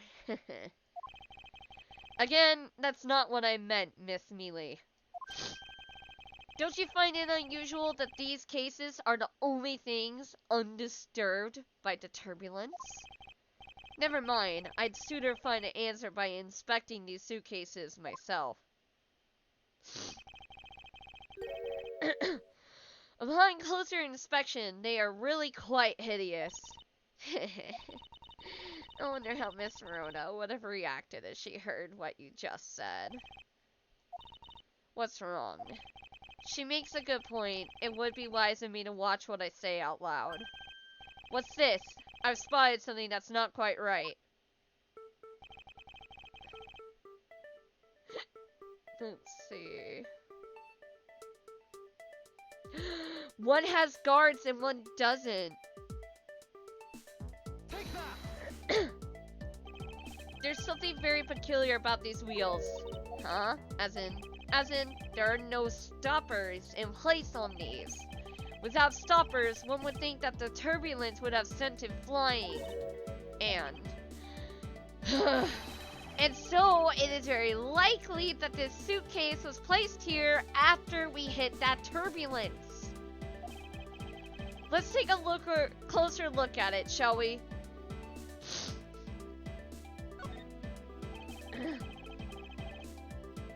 De Niro herself, the design is certainly genetic. I'm not gonna attempt to say that. Yes, perhaps that is the best way to put it. A $1,200 price tag. Not exactly priced for someone with a conscience, I say.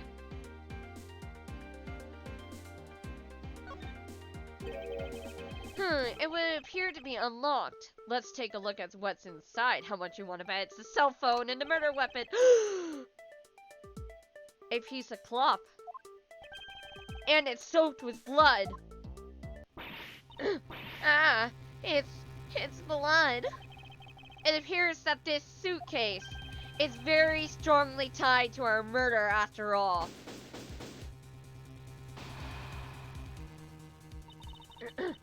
So, explain this to me. What does this suitcase have to do with the murder? I believe it's pretty safe to say that the killer used this suitcase in some manner. That pattern, that resembles Leblanc. I'm starting to think it's Leblanc and Rhoda.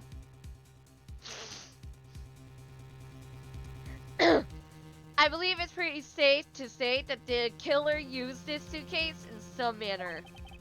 Such as to move something, perhaps. But aren't you just talking about the cloth, then? That alone is too small. A larger item would be needed to move what I'm thinking of. The thing I believe the killer used this suitcase to transport is...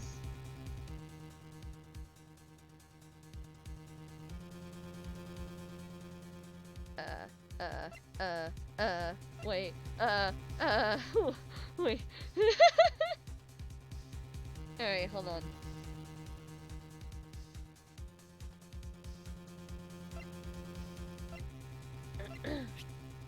This. Something that would fit inside a suitcase that is also covered in blood.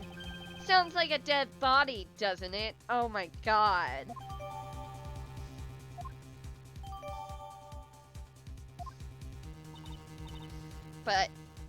But, in light of this, I'd say Mr. Hicks was moved into the elevator from someplace else. Which means that the murder was committed in an entirely different location.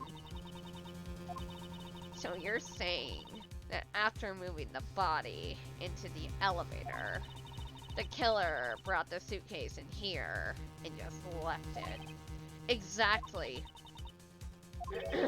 What is it? Nothing. Just that.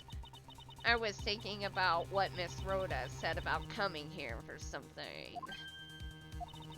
Excuse me, Mr. Edgeworth? Oh. Hi, Rhoda.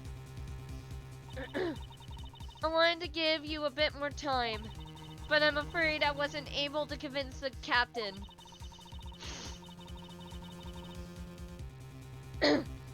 I'm very sorry, Mr. Edgeworth, but the captain feels that he has allowed you ample time. He says that he'd appreciate it if you could wrap it up here and return to your seat. I understand his sentiments. However, if I am not allowed to complete my investigation, the crime scene may become contaminated by the time we land. If I must stop, then I insist I be allowed to oversee the preservation of the 2 sites. Under your supervision, of course. If that's your only condition, then I believe we can accommodate your wishes. I'm here to assist you in any way I can, Mr. Edgeworth. Sounds like fun. We could camp out and watch over everything together.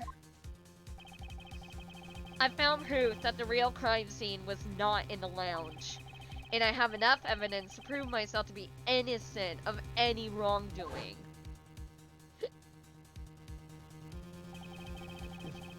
Pardon. And yet, regarding what Miss Melee reminded me about Miss Tenero, I can't allow my investigation to end here. The truth must come to light.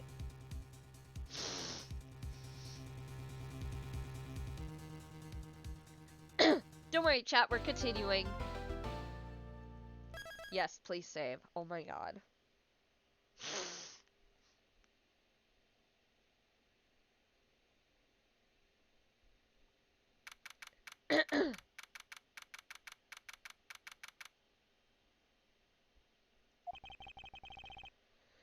I know that once we had landed, I'm supposed to let the local police take over. And thanks to Miss Tenero and Miss Mealy, I was able to preserve the crime scene. But I just can't shake it. I wasn't able to talk with Miss Tenero in private. So I'm left wondering, just what was she up to? Why did she do what she did? There must be a way for me to continue my investigation. I've been expecting you, Miles Edgeworth. Ah!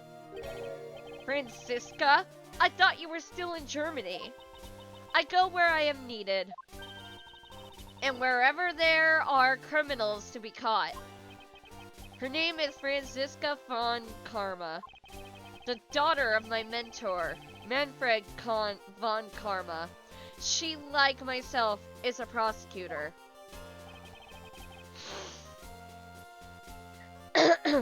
Are you heading up in this case? It would be a bit of a relief if you are. Don't you try to flatter me, Miles Edgeworth. I'm placing you under arrest. What? It's quite frustrating, actually. I had hoped to exact my revenge on you in a different venue. But I'll have to take what I can get. I never thought I'd see the day when a disciple of the House of Von Karma would become a criminal. Have you no shame? Wait, it has all been a big misunderstanding. I didn't kill the victim. A misunderstanding? I heard all about the murder over the police radio from the captain himself. You waited for the victim on the first floor and then beat him to death. Franziska, do you honestly believe that I killed a man?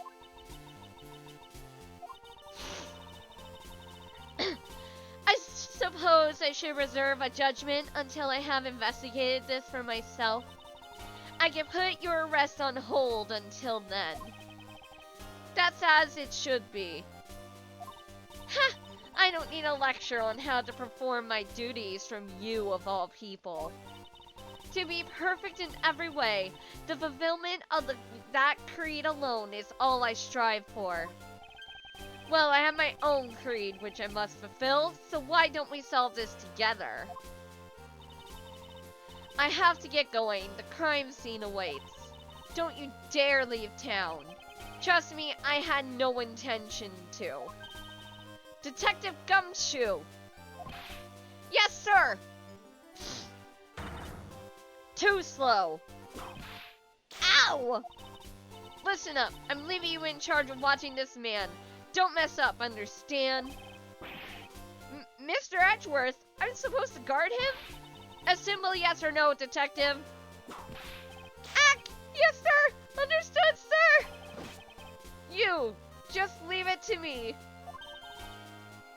Miles Edgeworth, if you interfere with my investigation, I'll arrest you on the spot.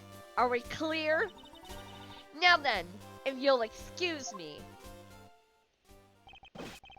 Good to see you again, Mr. Edgeworth, sir. Boy, am I glad to see you're okay.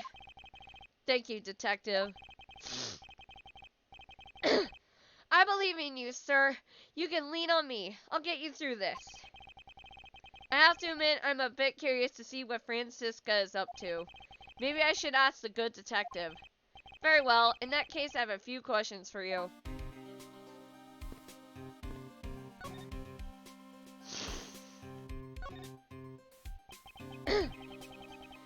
So how is the initial investigation going?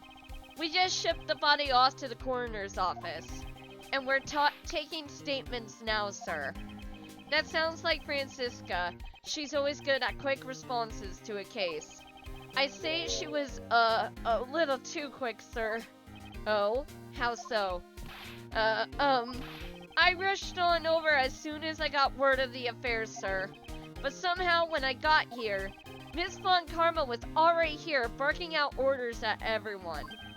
It was kinda creepy, as though she knew there had been a murder or something, and had come in advance to await your flight's arrival.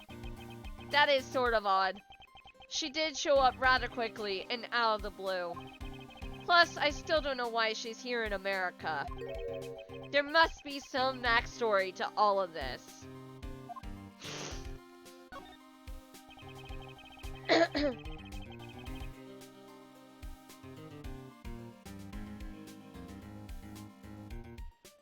Miss Von Karma just kind of popped up at the prosecutor's office about a week ago, sir. Something about chasing down leads related to a certain incident. No details? It's kinda top secret, so she can't talk about it, even with me, sir. Knowing her, the only type of talking she likes to do is with her whip. Plus, I doubt the top secret part was what stopped her from talking to you, Detective. Although, I wonder if her case has anything to do with mine. Anyway, that's about all of the info I have, sir. We should find out more as we investigate. Yes, it is high time to resume my investigation. Starting with talking to the people involved in this case afresh.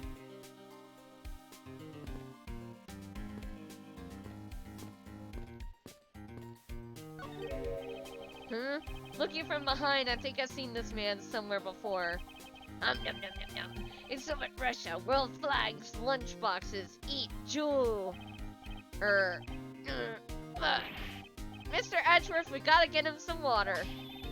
Found it. Oh, I feel a wave of creative powers coming on. It's over 9,000 wolves. For my next elite movie, it's gonna be the Steel Samurai, Warrior of Neo Old Tokyo, versus the World Samurai Champions of Earth. It's gonna rock so many bookstores. Phew, good thing it was a false alarm, right, Mr. Edgeworth? So the Steel Samurai is finally getting a movie. Completely ignoring me as usual. Hi, Sam Manila. This man was in first class with me. He was quite shaken up by the whole affair. I'd be pretty scared too if I got caught up in a murder investigation, sir. Quiver. I did it. I made it the whole flight. I'm not scared of turbulence anymore. Hi, Sticky! Oh my god, Cheryl!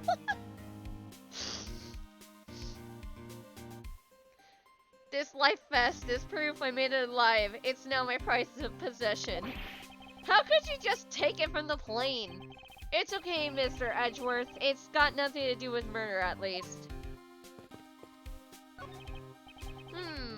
Lunchland. Not bad, I guess. It's gotten big enough to warrant its own branch shops. Oh, I've always wanted to get their steak lunch a try. What should I go with? I recommend our airport special World Flags lunchboxes, only available for a limited time. We have a variety of lunchboxes made up to look like different countries' flags. If you really want one that badly, Detective, why don't you go ahead and buy one? Is that okay, sir? Thanks. Alright, then I'm really gonna get one. Here I go. Excuse me, miss. I'll take the Star-Spangled Banner lunchbox, please. I hope he's aware that's the most expensive one on the menu.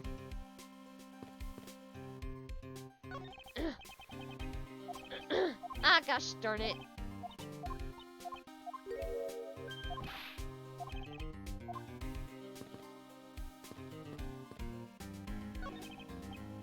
Okay, apparently you can't talk to the green shirt guy. Never mind.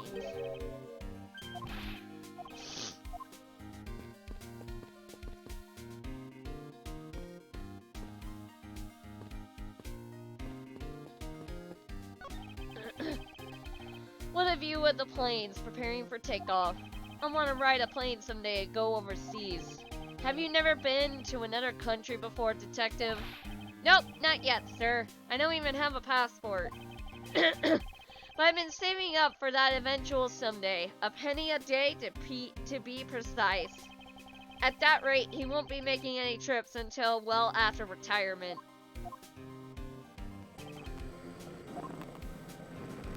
Cheryl! Why? Ah! The cry of my people! No!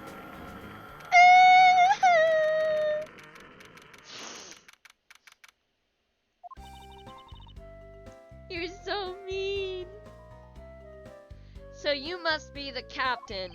Why, yes I am, and who might you be? I am the prodigy prosecutor, Franziska von Karma. I have a few questions for you. Yeah, mean. Bummer, you were mean.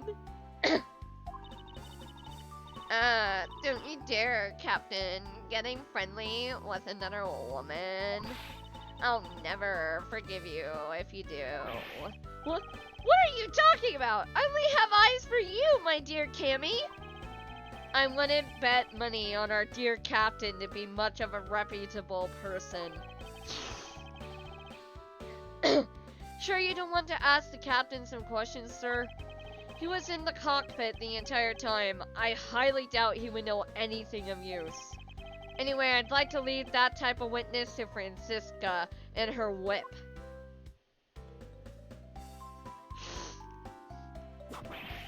Ah!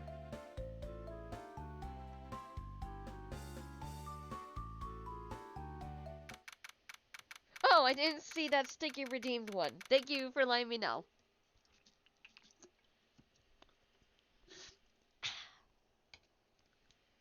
Thank you. Got it.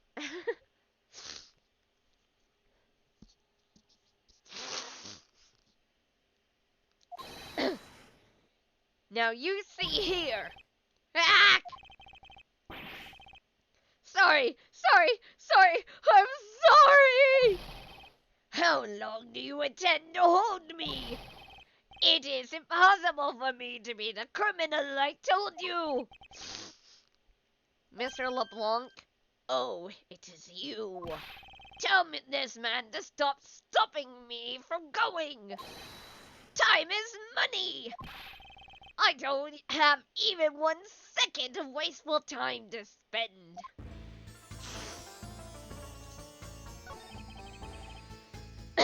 Sir, you can't go in there.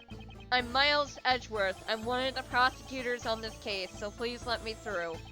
I'm very sorry, sir. No one is allowed to enter without Miss Von Karma's express permission. Well, I'm on the case.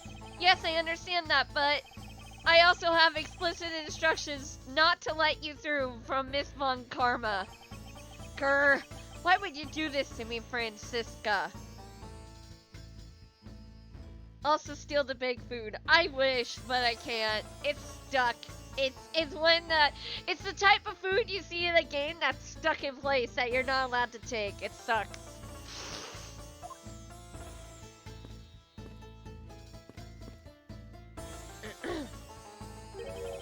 Did you finish taking his statements yet? Yep, all done, sir. I do not concern if you're not done examining the cargo hold. I want my cargo back. If you make a single scratch on my heart, you will pay. Art? What sort of art?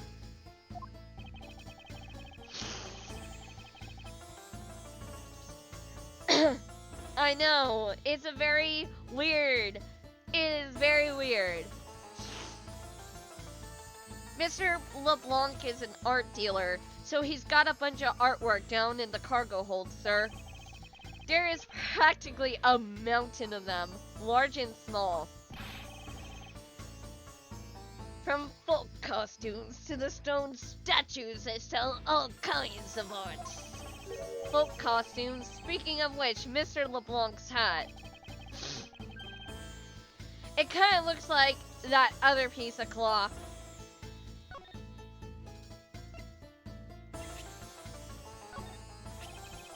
Mr. Leblanc, can you please take a look at this for me? Oh, it's a Burgundian cloth. As I suspected, your hat is made of the same material, I suppose. Yes, of course, this fabric is so famous. Orders come from over the seas for more. Then this is the cargo you were talking about earlier? No. My cargo this time is much gigantic. You, detective, when can I have my cargo moved? You can get your cargo back when we're done investigating, pal. The stubbornness of you police, it is no good. Literally, it is. And it is no good that attendant refuses to exit the attendance room too. That attendant? I wonder if he's talking about Miss De Niro.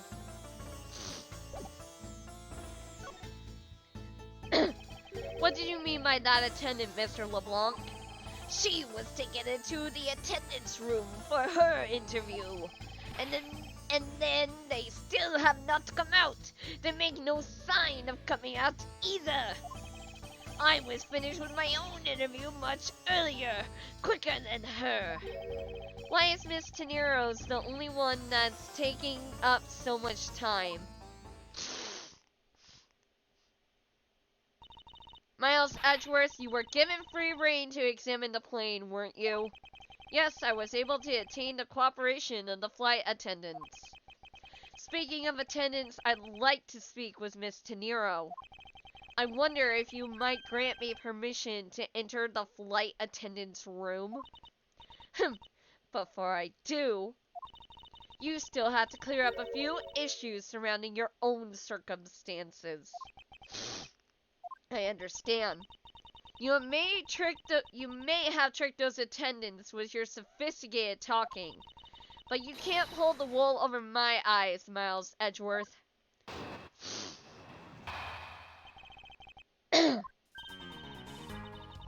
Let's not complicate things and go with the most obvious conclusion. The scene of the crime was here in the very lounge the body was discovered. From the time the victim was seen calling for an attendant until his body was found. The only person in this lounge the entire time was you, Miles Edgeworth. This unmistakably makes you the likeliest suspect. Yeah, that's where you're wrong. The likeliest suspect, Francisca. Do you have a problem with that? No, but it's not like you to use such vague wording. You're usually a bit more absolute. I'm simply trying to watch out for you. Or is my kindness too hard for you to comprehend? Thank you, but your leniency is unnecessary, for I will prove my innocence soon enough. If I want to continue my investigation, I'll have to break her line of logic fast. Pretty sure I need to present the footprints.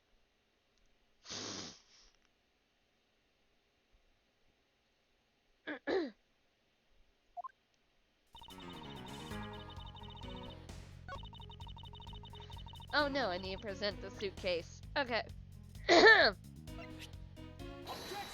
Objection, bitch. Test. It would appear that you did not have all the information you needed after all. And what does that mean? I found a nice piece of evidence just before I was forced to stop investigating. A piece that proves the body was moved from a different location. The killer used this suitcase to move the victim's body, meaning that the real scene of the crime is not this lounge at all. Objection! Now who's the one rashly jumping to conclusions? Excuse me? All you did was find this piece of cloth inside the suitcase. That doesn't prove that the body was moved. It could be that the killer simply chose that suitcase as a good place to hide the cloth. I expected you would come to that conclusion. It would seem I can't escape that easily. You should know better than that. Avant Karma is perfect in every way. But did you know that the killer definitely wheeled this suitcase around at some point? Objection! As if there's proof of that.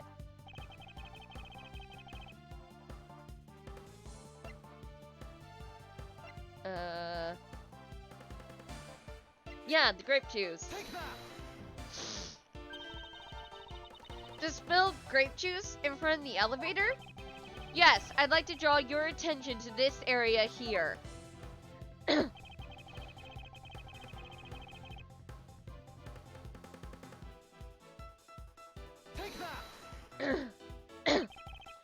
This mark here. Wouldn't you say it looks suspiciously like the tracks from two wheels? I suppose. Further, there is also grape juice residue on the wheels of the suitcase. This means that the suitcase containing the victim's body definitely passed through here. I suppose this means that the killer did move the victim's body from somewhere else. I'm glad you've come to your senses. Objection! Not so fast. This still doesn't put you in the clear. Not by a long shot. Come on, Francisca. You prepared yourself and acquired the piggy bank before the plane hit that turbulence. And then you waited for the victim in the lounge, where you beat him to death. And then while you were in the elevator with the victim's body stuffed into the suitcase, the plane hit that patch of turbulence and out flew the body from within the suitcase. That makes no sense. With no way out, you hastily put the suitcase back where you had taken it from, and pretended to be the discoverer of the body. Ugh.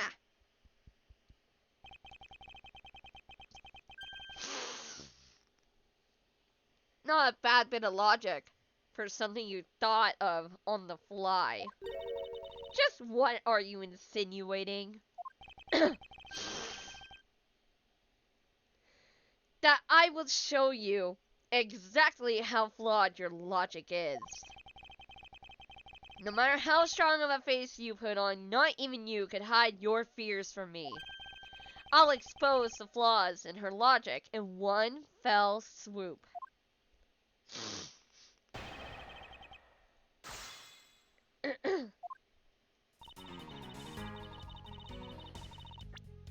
Nah, no he didn't. Objection. The fact that you took this piece of evidence into account in your testimony is to be commended. Your legal prowess is certainly something to be feared.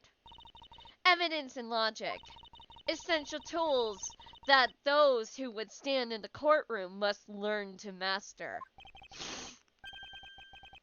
But what if there was a fake piece of evidence thrown into the mix? A fake? This Mr. iFly piggy bank is just such a fake. It is not the real murder weapon. What?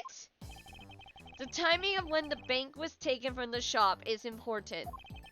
And it was taken after the turbulence had occurred. But then, what about the blood on the bank? What do you make of that?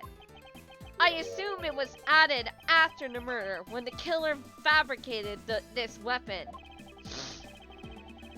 Looking at it this way, The killer basically did 3 things after the turbulence. After exiting the elevator,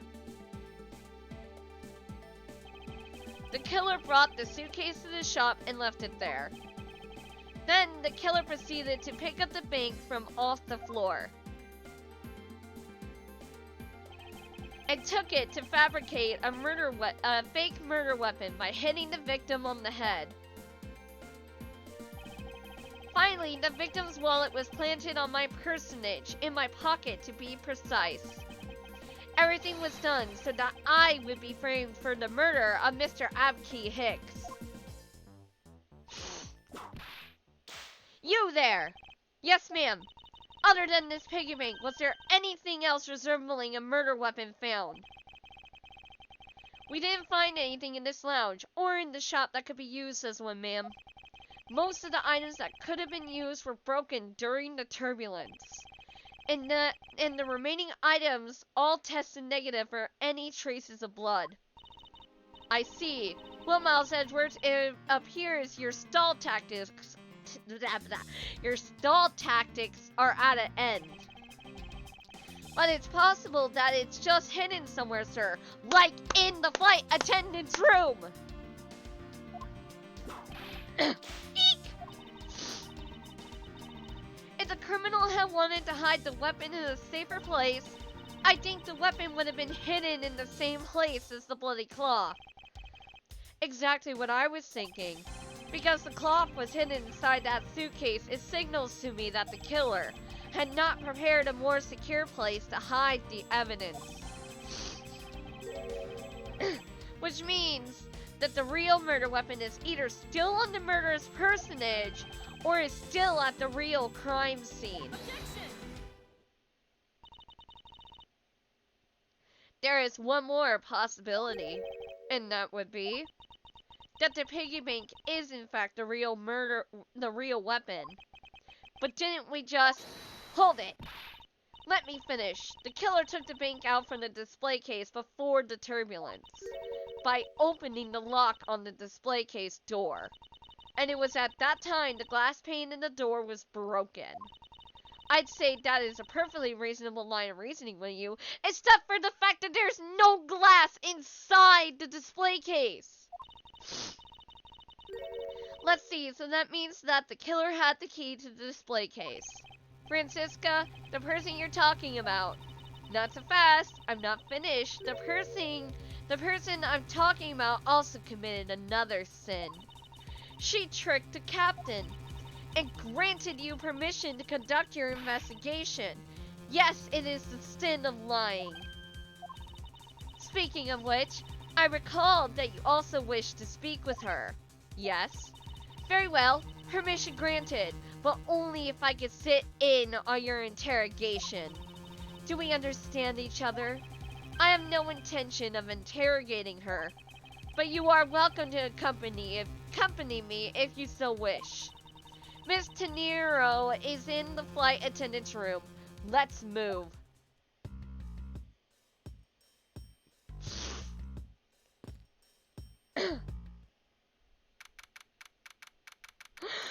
There's another suitcase!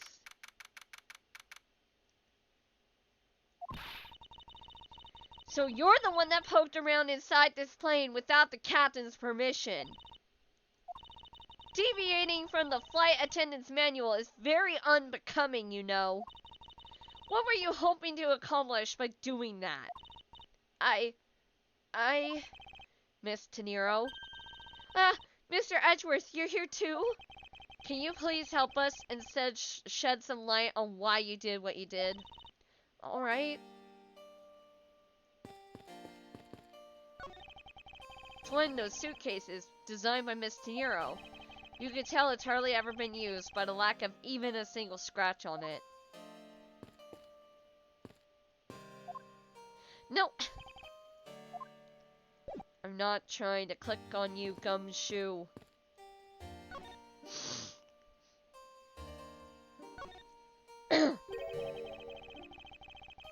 Why did you lie about receiving the captain's permission like that? Because I didn't think I would be able to get his permission. What do you mean? The captain. He only has ears for Cammy. I spoke with the captain a little earlier myself. He definitely seems to be rather taken with Miss Mealy. Yes, and on top of that, I had mistakenly accused Mr. Edgeworth of being the killer. I wanted to make amends. In that case, please allow me to thank you for what you did. Thanks to you, I was able to clear myself of all charges. Really? You were able to prove your innocence? Oh, thank goodness. Miss Tenero, is it? There is one more thing I'd like to ask you. You were in the in-flight shop just before the turbulence, weren't you? Please answer honestly.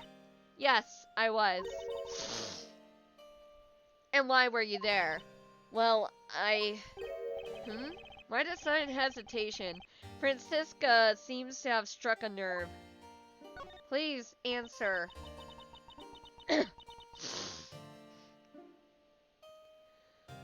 All I did was go check up on the shop, like I always do. You're saying it was for work then? Yes, I'm in charge of the shop, so I have to keep an eye on it. I don't have any reason to go there otherwise. After your visit to the shop, you paid a visit to this room, correct? Yes, I came back to freshen up and adjust my makeup. I'm sorry, but there isn't much else to tell.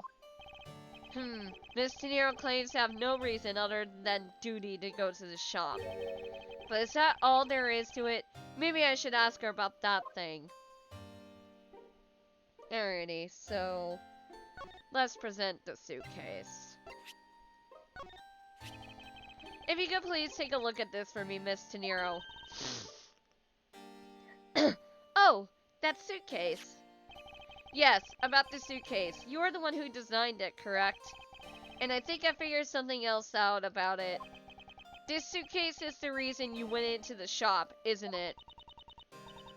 There's nothing you won't find out eventually, is there? Won't you please tell me more about this suitcase? Yes, I was interested in seeing how the suitcases I had designed were selling. I know that as a service professional, I'm not supposed to care. But I really wanted to know.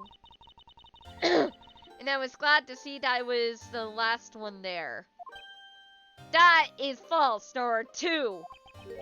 The last one there. Hold it. Hold it. Hold it.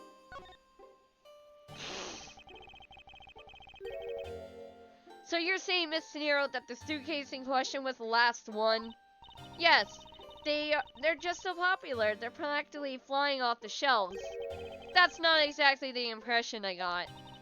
The one in the shop is most definitely the last one. Well, we're currently looking at that suitcase. Really? Then I guess we sold all of them. Thank you very much for taking the last one. I didn't say anything about buying it. Didn't say you'll buy it. I'm sorry, I can't. But why? I think it'd go great with your complexion, Mr. Edgeworth. It really suits you. I guarantee it personally as a service professional. Well, that is, how should I put this? It's hideous. What? Maybe that was a bit too direct. Moving on, my issue with the suitcase isn't the design.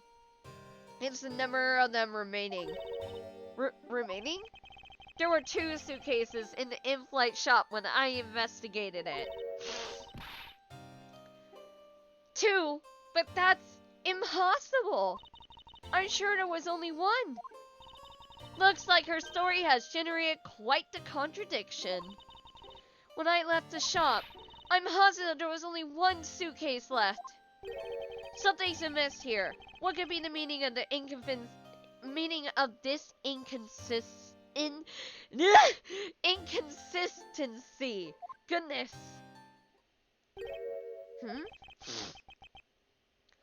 By the way, Miss Tenero, what is one of those suitcases doing here?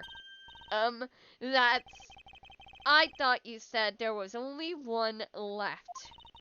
That one is, it's mine. I've used it for a very long time now.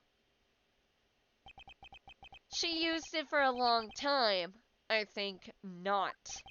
Miss Tenero, I appreciate it if you wouldn't lie to me. Excuse me? I don't believe for even 1 second that you've used this for a very long time.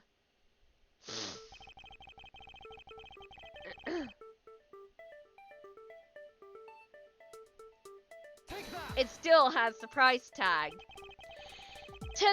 Tell me, Miss Tenero, is it also your habit to keep the price tag pristine on your suitcase? Ah! What is the meaning of this? Why would you lie about a suitcase? Despite having faith in her design sense, the sales numbers made her cry bitter tears. The truth is becoming increasingly clear to me. Miss Tenero, I think I understand. I know what you are trying to hide. Now then, this suitcase was originally in... I'm pretty sure it was in the in-flight shop. Yep. Seeing as how the price tag is still on this suitcase, one can only assume it was out on the floor for sale in the shop. And the person who bought this suitcase was... herself. It was you, wasn't it, Miss Tenero? I hate to say this, but this suitcase that you designed, it hasn't sold very well, has it?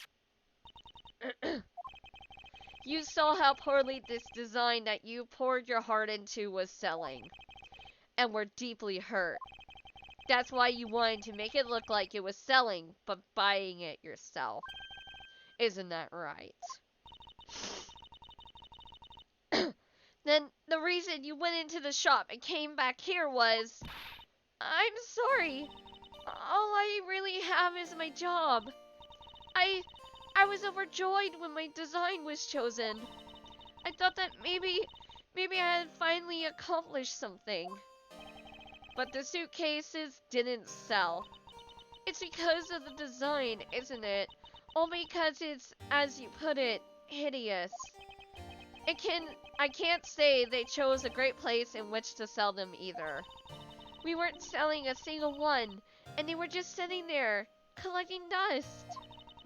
I felt so bad seeing them there, day in and day out. So I decided to buy one for every flight I worked. Damn! You buy one every single time you work a flight? I see, so in order to keep your resolution, you went in and bought one today as well. Yes, and here is the receipt. Here is my receipt for that purchase. This receipt is clearly timestamped 5:40 a.m. The truth is, there's still a bunch of them left unsold.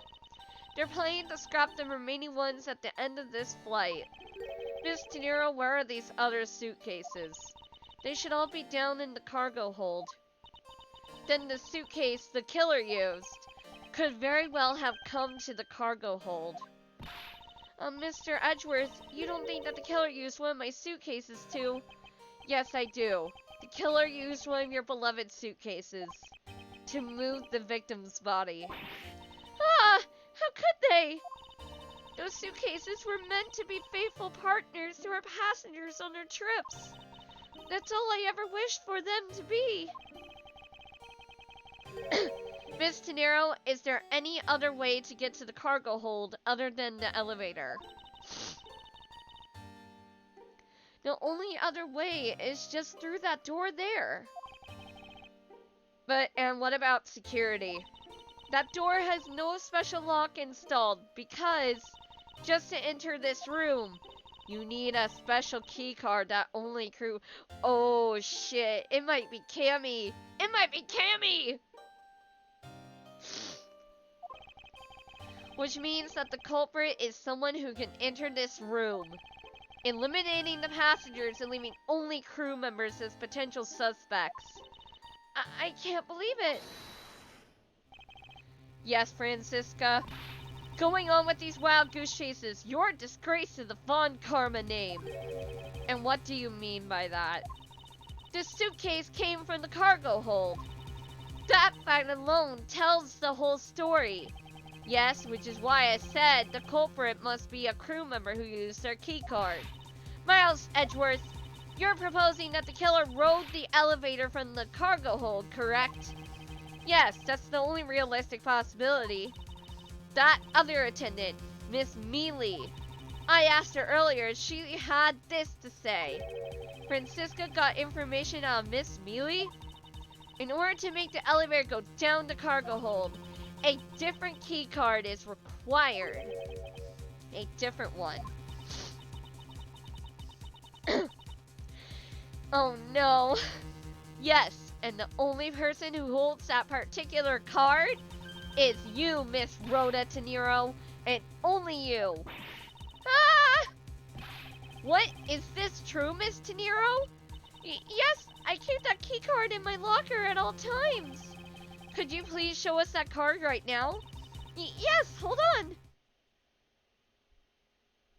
Ah! I don't believe it. What's wrong? The key card. It's gone. Very clever. Pretending that your card was stolen when in fact you're just trying to hide it from us. You've really thought this through. Wait, it's not like that. You could tell us all about that, about what it's like down at the station. Officer, arrest this woman. Yes, ma'am. No! Mr. Edgeworth!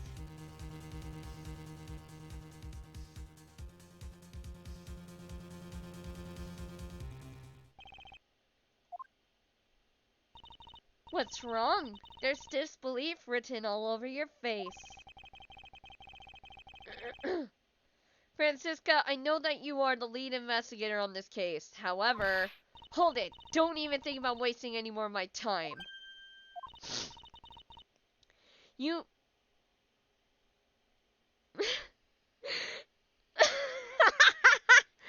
Oh my god, I'm sorry. I'm sorry. My brain literally went, you know the rules, and so do I. God damn it. Fucking hell. You know the rules as well as I do. Hey, Mr. Attendants, you know the rules, and so do I. My god. Evidence speaks louder than words. Even if it isn't a courtroom, that basic tenet still applies. I intend to investigate the cargo hold now. What will you do, Miles Edgeworth? I intend to do likewise.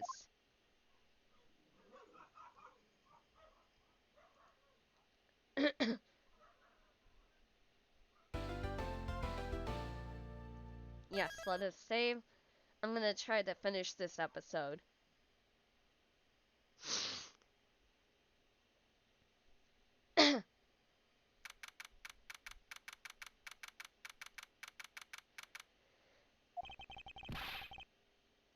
Wow, so this is the cargo hold, huh?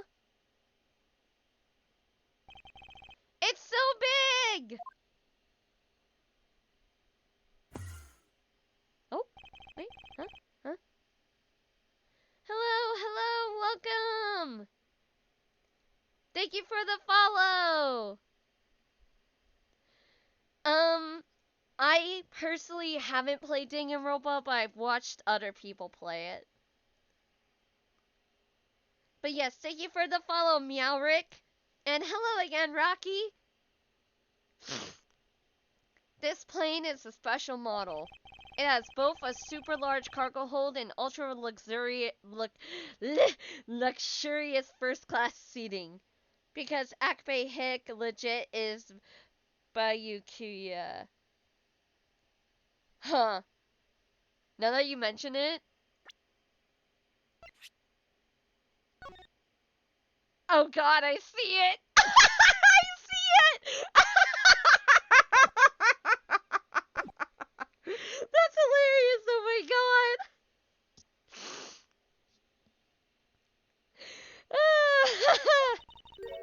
So this is the real scene of the murder. There is certainly a high probability of that, which is why we are here, correct? Okay. Okay, let's get investigating, sir.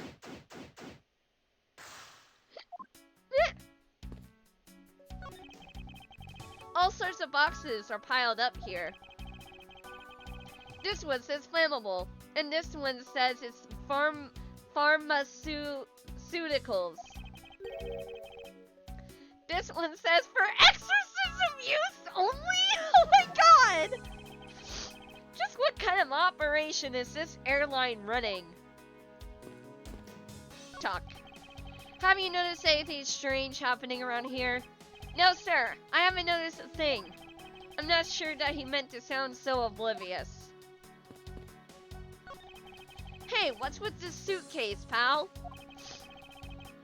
It's what the victim checked in, sir. So this suitcase belonged to Mr. Hicks. I don't think he'd mind if we take a closer look.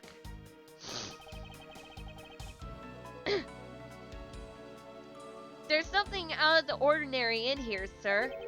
Wait, a file? And there's a photo of Miss Von Karma in it, sir. It looks like a profile on Francisca. What the heck? Why would Mr. Hicks have had a file on her? Yo, Francisca. You arrived at the scene of the crime before Detective Gumshoe, correct?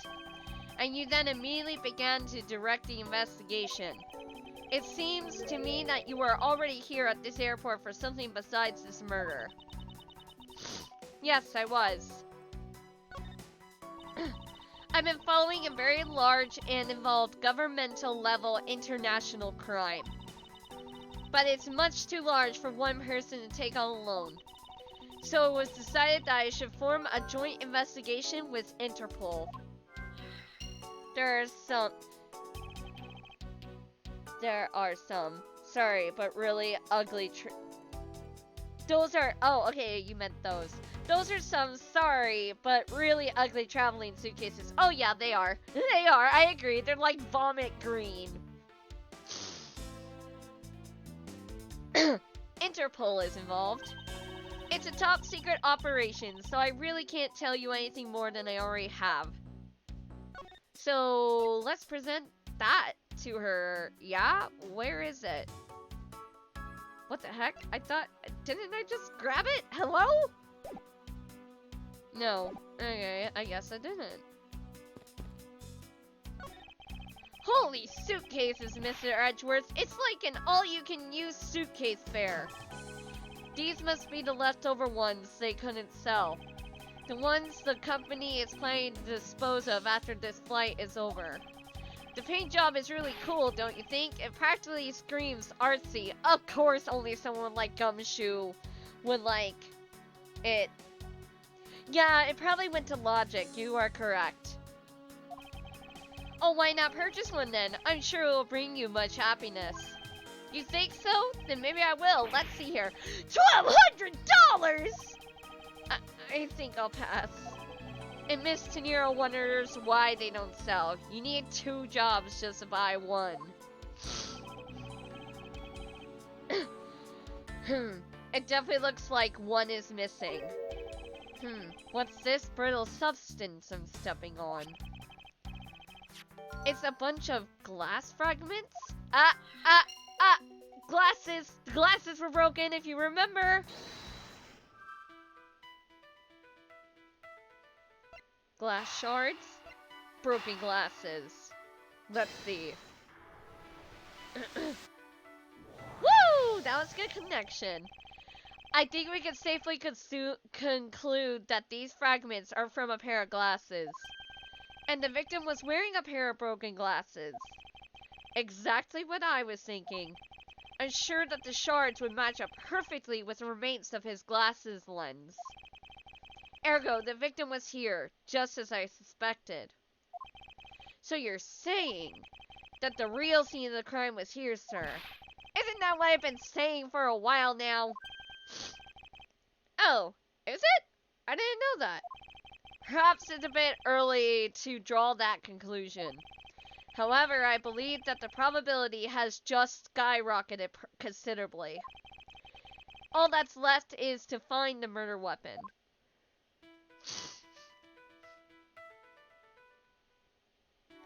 And I'm gonna assume that these two are connected. Yep. Now, why would Mr. Hicks have documents profiling Francisca? Oh, I know. I bet he's a big fan of Miss Von Karma, sir. You don't have documents like that for a fan thing, Gumshoe.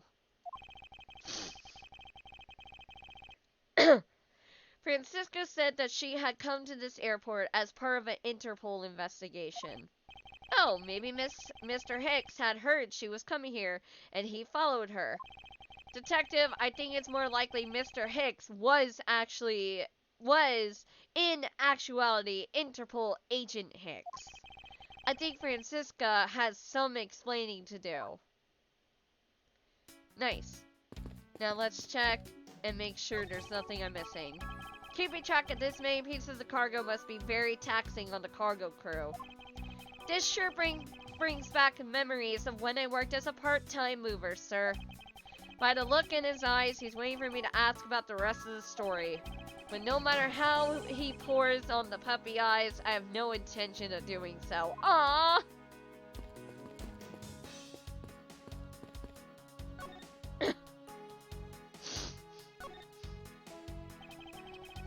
You came to this airport to rendezvous with the victim, didn't you? Nonsense! What are you talking about? We found a profile detailing your information.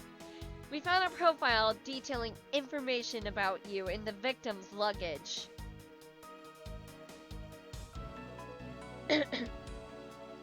Yep, international police.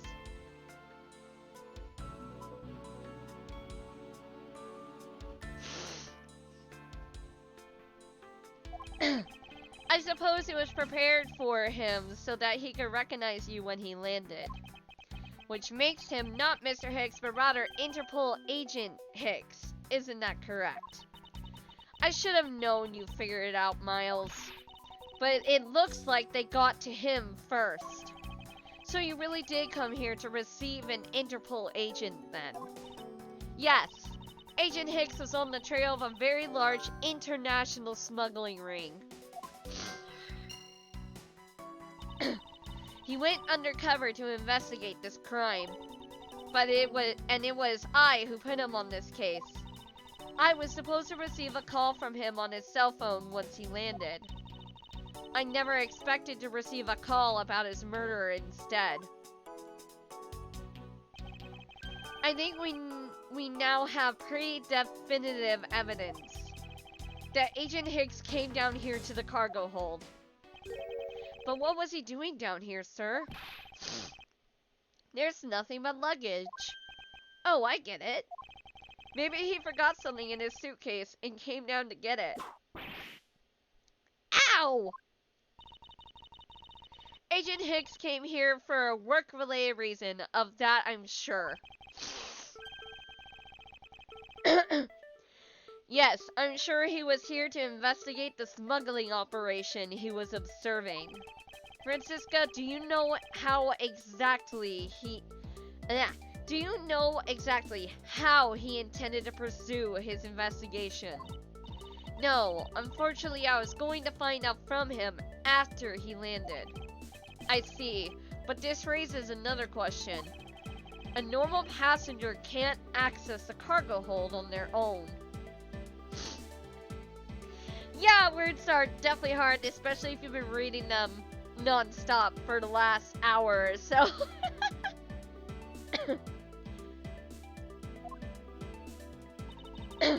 Agent Hicks must have identified himself to a member of the crew and entered the cargo hold with that person who let him in. Yes, and then he was murdered here. These glass fragments and his broken glasses are a testament to that. And then the killer put Agent Hicks into one of the spare suitcases and they entered the elevator, but while they were riding it up, the plane hit that patch of turbulence. Because of the intense shaking, the suitcase popped open and Agent Hicks' body flew out. At the same time, his wallet fell out of his pocket, spilling its contents everywhere. Which explains why there was money scattered all over the elevator floor. Woo! I think it's pretty easy to say who the culprit is at this stage. What? Really, sir? I know what you're thinking, Miles Edgeworth. But the killer can be none other than Miss Rhoda De Niro. Nah, it could also be Cammy because she could it could also be Cammy because she could also potentially have stolen the key card.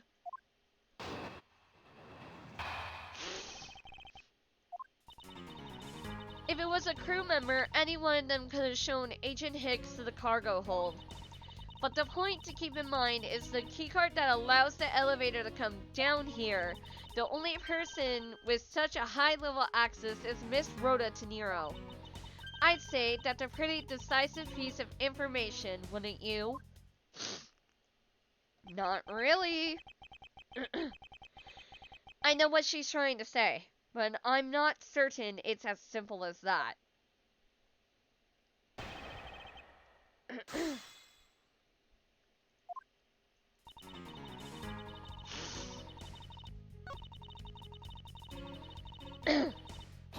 Hold it. But it is highly likely that the keycard was stolen from Miss De Niro. It's highly likely. Is that possibility the best you could come up with? And you call yourself a disciple of my father. Yes, well, while I don't have any evidence, Be quiet, you're a disgrace. There's more evidence pointing to Miss Rhoda De Niro, you know. It's not just the keycard that gives her away. Are you talking about the murder weapon, the Mr. I Fly piggy bank? Yes, she is also the only person with a key to open that display case.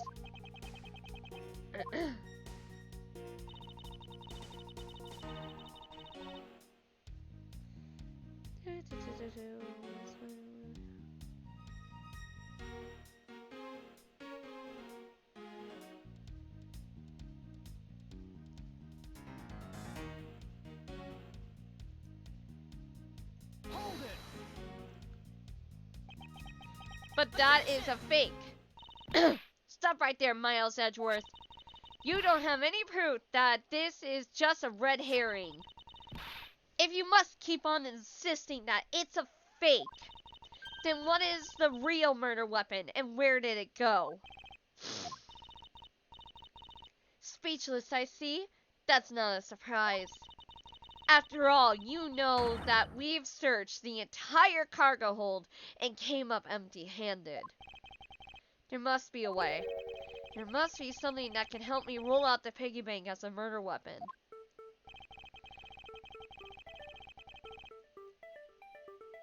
The body.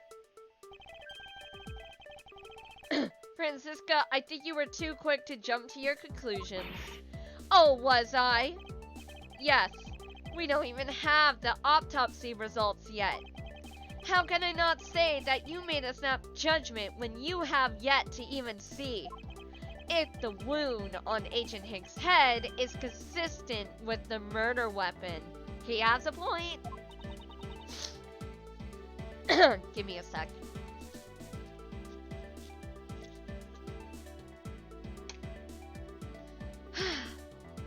Alright, take a drink. Yeah. Scruffy! Yes, sir! Contact the medical examiner's office at once! I wish to hear the results of Agent Hicks' autopsy. Eek! Yes, sir!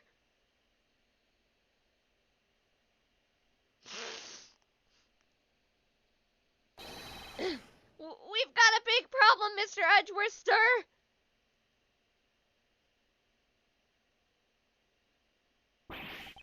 What is it, detective? They're still doing the autopsy, but they said they already know one thing for sure. Report, now. The doc said it's one giant bruise from a beating on his shoulder down to his mid-back. From the victim's shoulder to his mid-back, he was beaten over such a wide area? Well, I'd say maybe it's a sign the killer had a grudge against Agent Hicks. It wasn't just his head. The killer went all out and hit him multiple times, sir. So that disproves the murder weapon being the stupid piggy bank.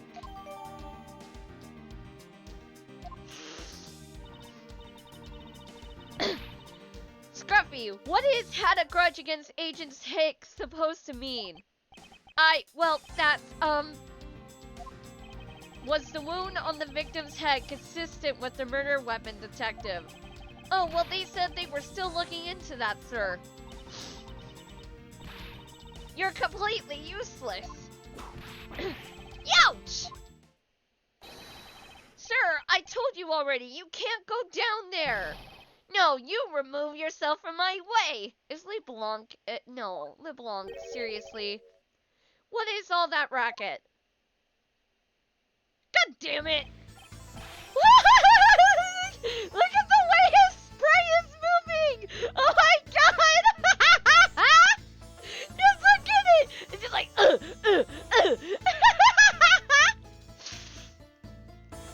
My luggage! My cargo! They're mine and I demand you return them to me! We're still investigating the cargo hold. Please understand and have a little patience. I suppose there's no choice. Finally, I think he gave... Hey, what are you? you have left me no choice but to use strong force! Ah! You won't get past me. Oh, this is... Wait, that's it. That's what this whole thing has been about. Further, there is a matter of the key to the display case that held the murderous bank.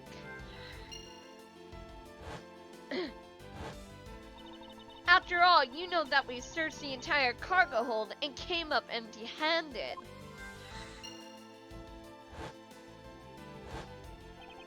The doc said that it's one giant bruise from a beating from his shoulder down to his mid-back.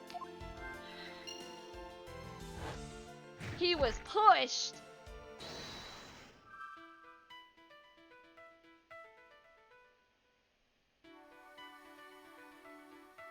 Oh, shit.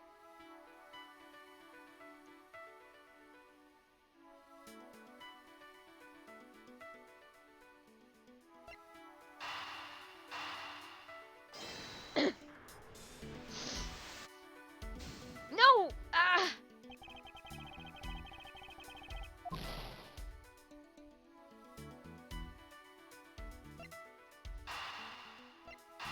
There.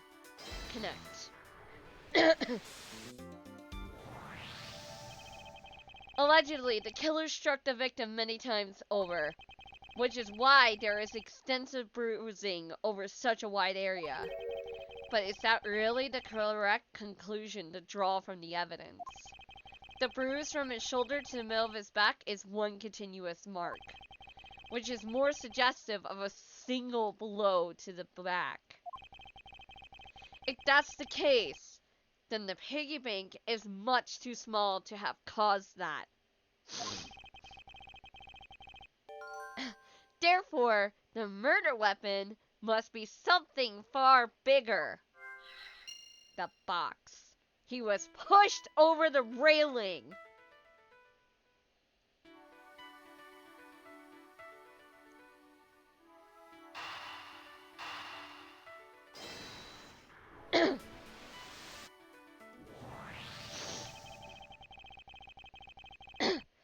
If we're looking for a rather large weapon, you'd think it would stick out.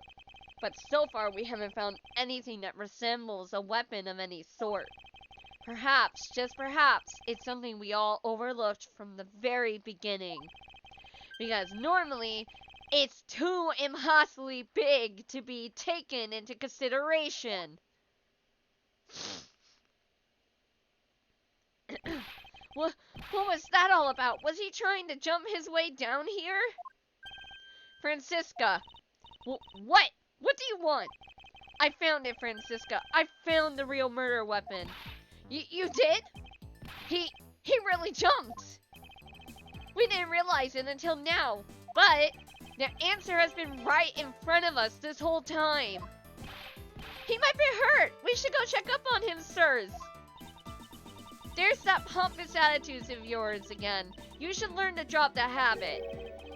This coming from a prosecutor with a habit of whipping everyone she comes across. Anyway, if you really are a prosecutor, then you'll back yourself up with the evidence. You two aren't listening at all, are you? Come on then, show me this real murder weapon of yours.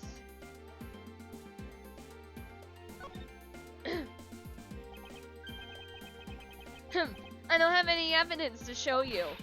Foolish reasoning for a foolish fool from a foolishly foolish fool meant to fool me. What do you mean I don't have any evidence to show?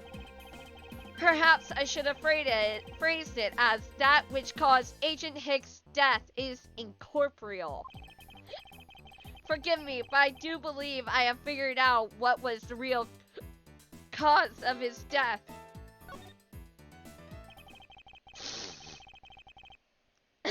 The victim fell from a great height and subsequently died as a result. In other words, the real cause of death is free falling to the ground.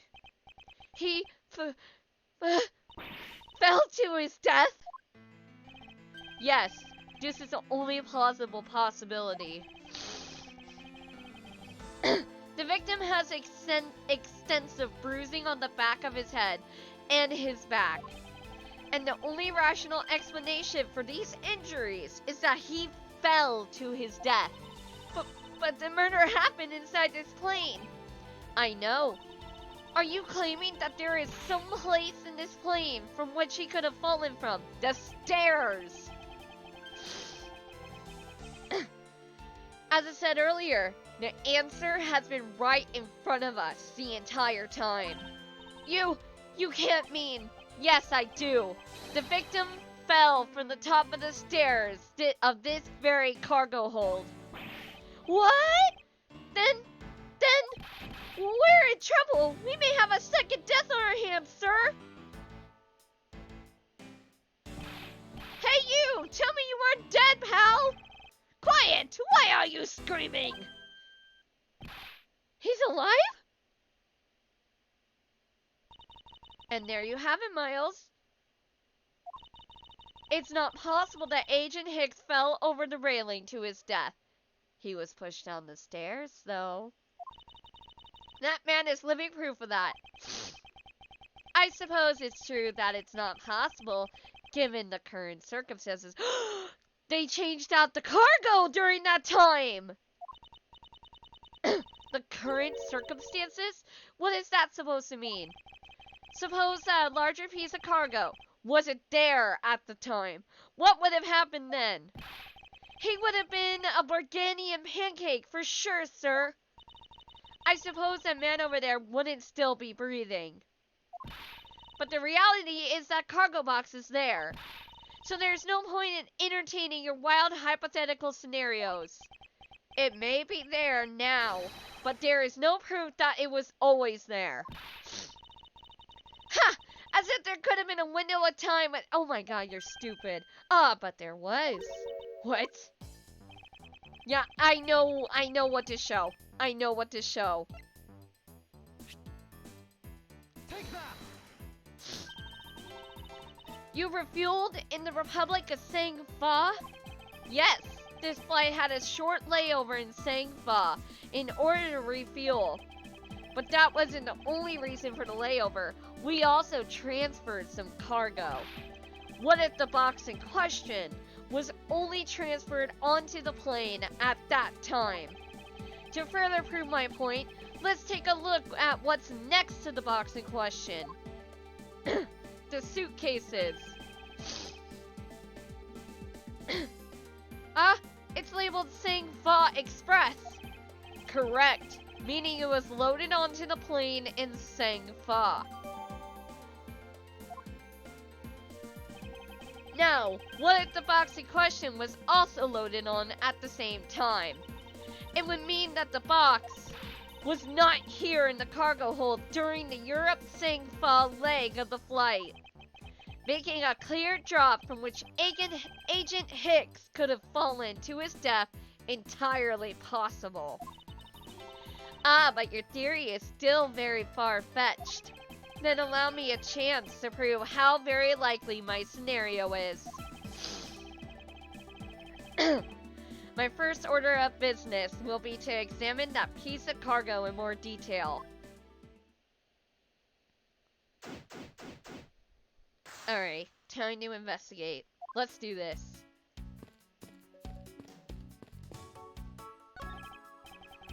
This is a rather large piece of cargo.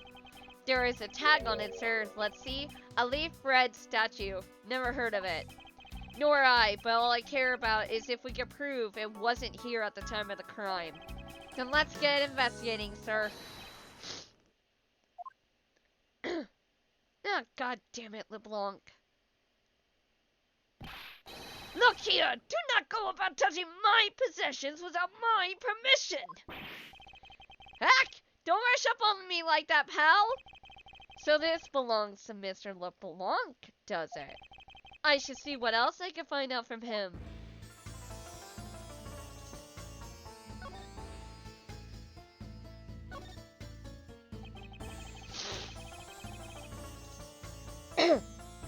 I take it that this large piece of cargo belongs to you, Mr. Leblanc. Of course it is mine. I shipped this fine piece of art from Europe. This leaf red statue is worth 10 million cents. No, maybe much, much more. Mr. Leblanc's reason for choosing this plane must have been the large cargo hold. 10 million cents? I suggest you stop trying to calculate how many packets of noodles that makes, Detective. Darn, how did you do that? I feel like you keep getting better and better at seeing right through me every year. Though I grow with each revolution of the planet around the sun, I have the distinct impression he continues to madly spin in place.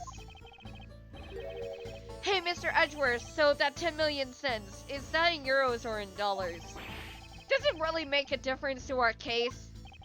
Mr. LeBlanc, there is a chance that your cargo is related to our murder case. I was wondering if you would allow us to examine it a bit closer. It is a very valuable piece of art, so no, there will be no touching. Bruh. just his fucking face. Like, what?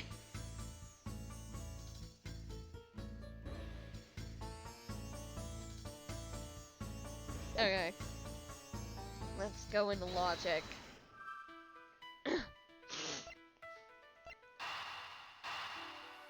Connect. There we go.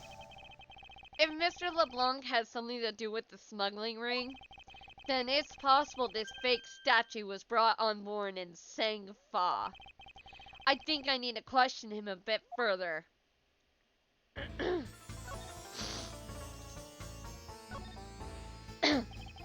About your statue, Mr. LeBlanc. I wonder if it might be a fake. What? How dare you say my art is fake? I suspect that your statue might be the target of an international smuggling ring. Don't say such fantastical things. Those thieves would not dare. Yes, they would. I have the certificate of my cargo right here. Do you mean the cargo certification document? Mr. St. LeBlanc, why didn't you say so earlier? Please show it to us. Show it to us at once. I can't read this. What does it say? It says as plain as day, the cargo was put onto the plane in Europe. And there you have it, Miles Edgeworth. Too bad for you. This statue was brought on board in Europe, just as it states in this certificate. No, that's... which means there never was a whole window of time in which the statue wasn't sitting there.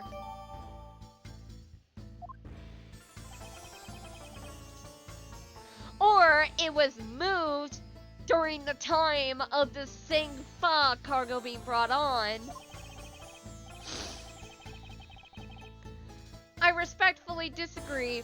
We can't discount the theory until I see the statue for myself. Then you can have your wish. Look at it yourself and see I am right. This, I know I've seen this somewhere before. Yeah, in the photo. This is the Aleph Red. It gives off such a feeling of art. I can practically smell it. This statue has a high amount of historical value, and it was unveiled at the museum in Europe. I brought it to this country to exhibit it. We have a problem.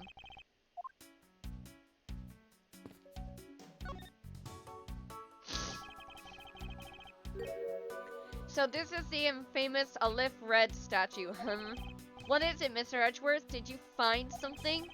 There's something wrong with this picture. We should examine it in more detail. The eyes, for example. Are these eyes made of some sort of gem? That's a real nice shade of orange. For a second, I couldn't even tell they were jewels. Hold it. Hold it! Hold it! The statue's eyes are red!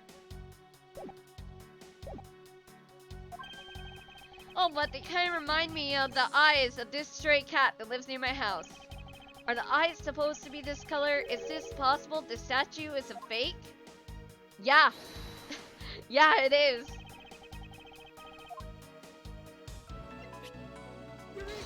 Eureka! These eyes are awfully orange, don't you think? Yeah, I'm pretty. They remind me of sunsets when I was in grade school, sir. I don't think you see what I'm talking about. No, I do, but it's really like the color of the sun when it's setting, sir. Ah, the memories. I remember standing out in the field, spinning with my arms out until I felt ill.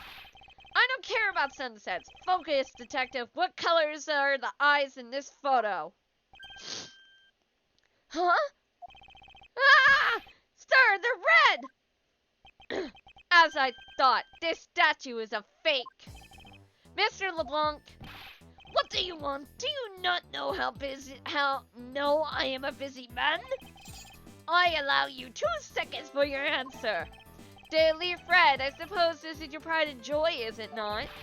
It is the biggest trophy on this European trip. Do you know why I wanted to possess this statue? The trigger started 17 years ago. Better grab a chair, sir. Sounds like this is gonna be a long story. Mr. Leblanc, I regret to inform you, and you have my heartfelt sympathy, but... What is that? Sympathy? For what? You'll see. I'd like you to compare the eyes. That large fellow there has very bright and pretty eyes compared to you. I wasn't talking about the two of us.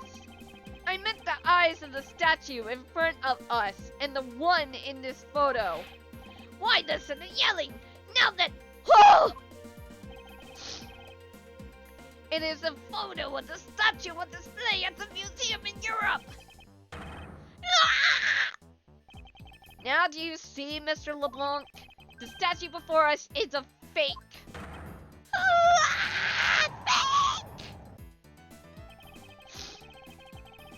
I believe that even further examination will be required. Now that we have confirmed that this is indeed a fake, there must be some sort of proof that this was brought on board in Sang-Fa. And I will present to you the evidence that will resolve the remaining contradiction.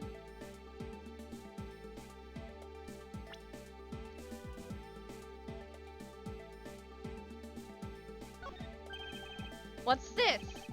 The statue looks like it's stepping all over its neighbor's cloth cover. It kind of resembles its owner's attitude in a sense, ho-ho. You, what did you say now? Further, my clothing hem is not being stepped on by anyone. It is too expensive for me to allow that to happen. Please forget the trespasses of my subordinate. Why should I forgive if the dress passes? Unless it is an expensive dress, you keep it.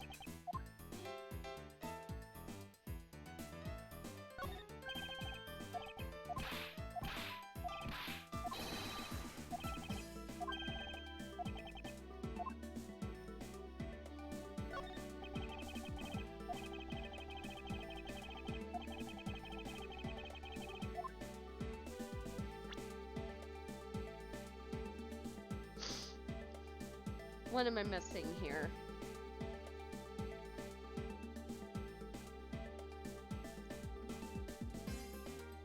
Move to the lower half.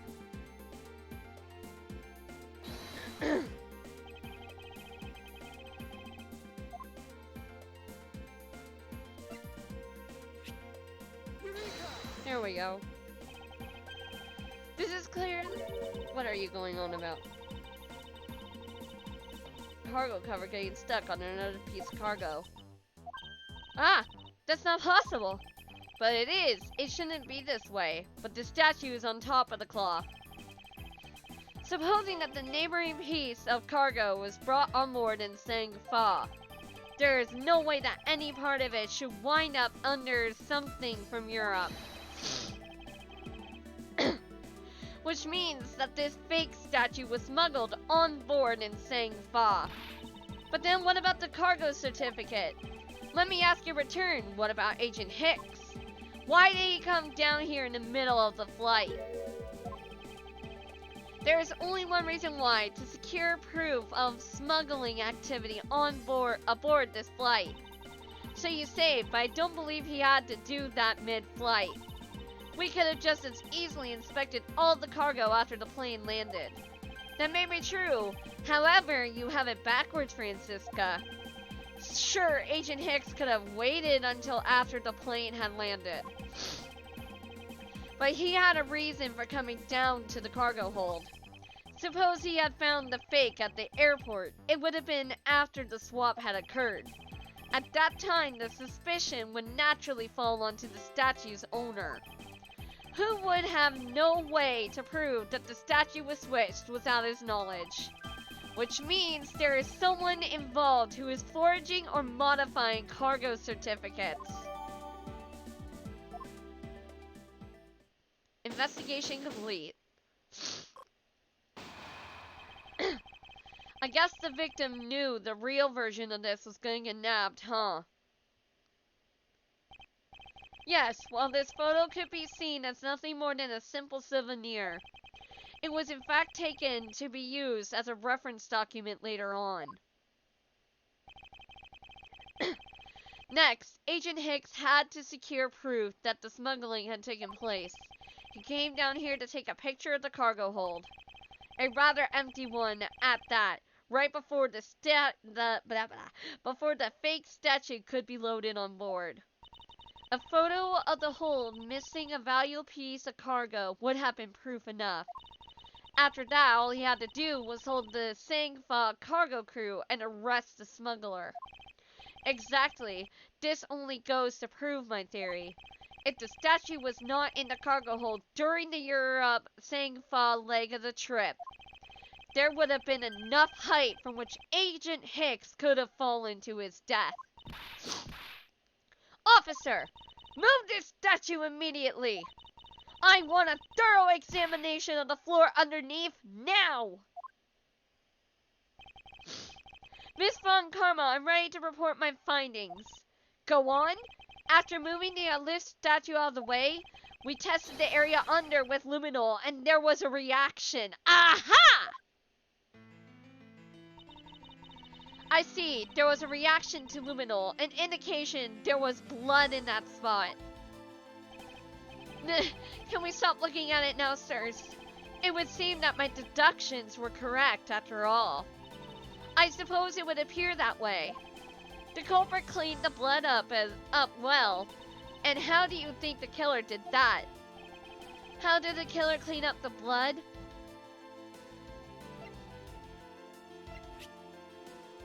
Take that! killer used the bloody cloth I found inside the suitcase to clean up the mess. I see, they had a need to clean up all the blood before the plane landed in Sangfa. Yes, because otherwise the cargo crew would have discovered it during the layover. So you guys are saying that the murder happened before the plane landed in Sangfa? There is no other conceivable timeline for the events of the murder. But if that's true, then that throws a certain person's testimony into doubt. If the murder occurred before we landed in Sangfa, then this becomes highly suspect.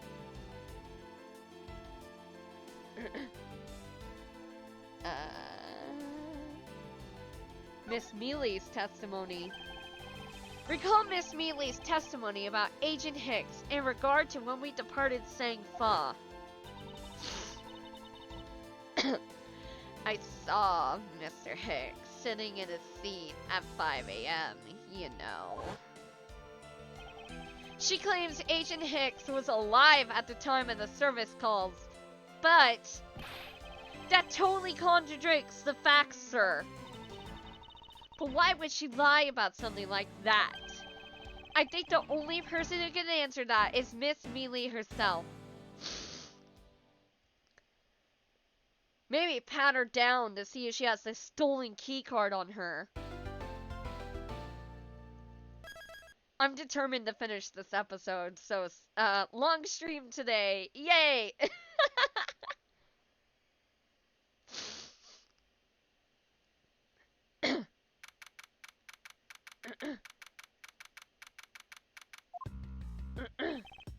Miss Mealy. Miss Mealy! Huh? Do you recall what you said earlier about when you answered some service calls as we were departing from Sangfa? Huh? You said that Mr. Hicks was sitting in his seat at that time. However, that is simply not possible. Because Mr. Hicks was dead long before we ever touched down in Sangfa. Oh? Yeah, Miss Cammy Mealy? Maybe I didn't see what I thought I did. No one can make a mistake so large, Miss Mealy. But I make that kind of boo-boo all the time. This is going nowhere. There must be a better way of resolving this contradiction. Very well. Miss Mealy, if you please tell me about your alibi during the time span. From just before we were to land at 3 a.m. and 6 a.m. when the body was found.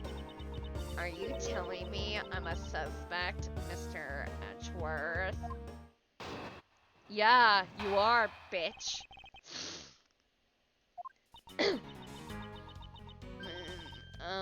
Yeah. From 3 to 4, I was, in the flight attendant's room, all by my lonesome self. Yeah. And from 5 to 6, I was, in the flight attendant's room, all by my lonesome self. You repeated yourself. How's a man supposed to react to a testimony like that? Miss Mealy, wake up!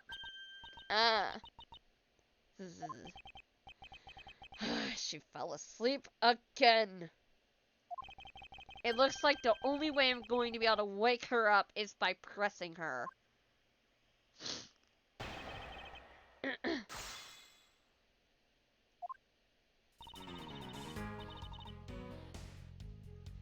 One, 2, 3, 4. Hold it! So you were alone the entire time, were you? Yeah, no one else even popped in their head to say hi. Oh, well I think a contradiction just popped in to say hi. What should I do? Should I raise an objection? Yeah. Miss Mealy, there is clear contradiction embedded in your testimony. Huh? What are you talking about? not possible that you were alone in the attendance room the whole time from 5 to 6 a.m. Take that! I wonder if you would be so kind as to take a look at this receipt, Miss Mealy. Huh? A receipt? For what? It's for the suitcase Miss Tenero bought. Now, if I may direct your attention to the timestamp. As you can see, it clearly says 5:40 a.m., Miss Tenero. Yes. Huh? Why is the killer here? I thought you'd have her locked up by now. I requested that she be present as a witness so that we may straighten out your complex lie. Now then, Miss Tenero, between the hours of 5 and 6 a.m., you took a trip from first class down to the first floor in-flight shop, correct? Yes, I went to the shop to buy a suitcase. After which I went straight to the attendance room to drop it off. And did you see Miss Mealy there at the time? No. So, Miss Mealy, where were you really between the hours of 5 and 6 a.m.?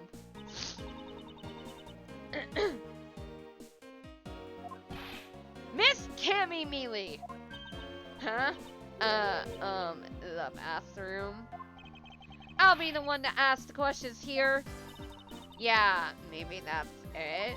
I probably just missed her. Nature calls, you know.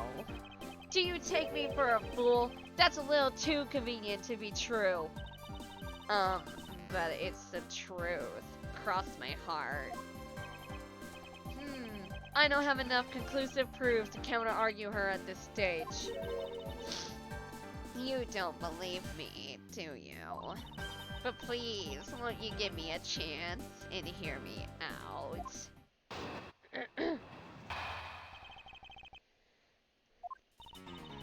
Look, I know you're suspecting me, 'cause I'm one of the crew. But you think that maybe you should also suspect Miss Rhoda, too. She's the one in charge of the elevator key card and the shop, you know. If you ask me, that makes her super suspicious.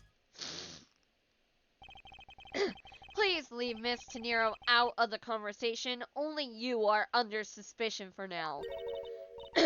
I don't get it. Why are you covering Miss Rhoda all of a sudden? Oh, now I get it.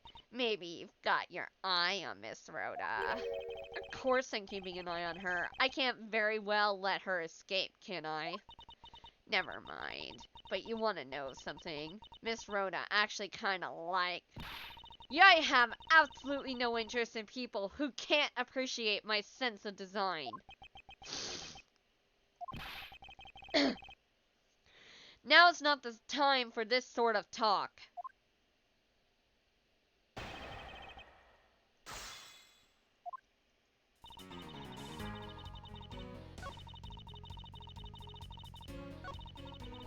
You know, there's something that's suspicious about you. And what are you in charge of, Miss Mealy? I take care of the attendance room. That doesn't count. But I spend so much time in there, it might as well be my responsibility. Mr. Edgeworth, Kimmy is very talented in languages, so she assists passengers who may not speak English, especially those who speak Bulgarian.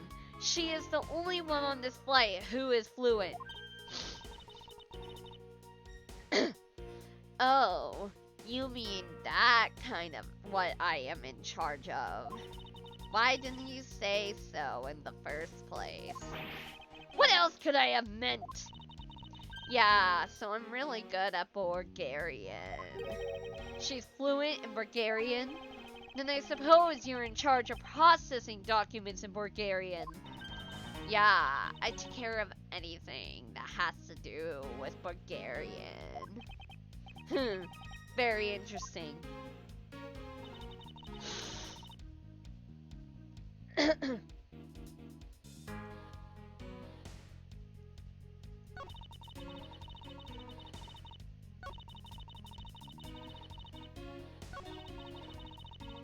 Okay, where's the statement?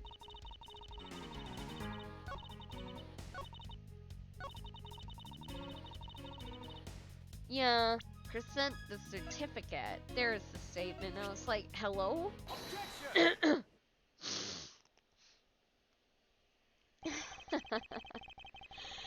So you are the only one in this flight crew that speaks Bulgarian? Is that correct? Oh, yeah, I guess so. I studied abroad in Bulgaria for a while. If that is the case, then the signature on this document belongs to you, doesn't it? This is a falsified piece of documentation with only one purpose: to lead anyone who read it to believe that Mr. Leblanc's statue was loaded in Europe. The only person who could have either prepared or processed this document in Bulgarian is you, Miss Mealy. Without your participation, the smuggling of the Alif Red could not have occurred.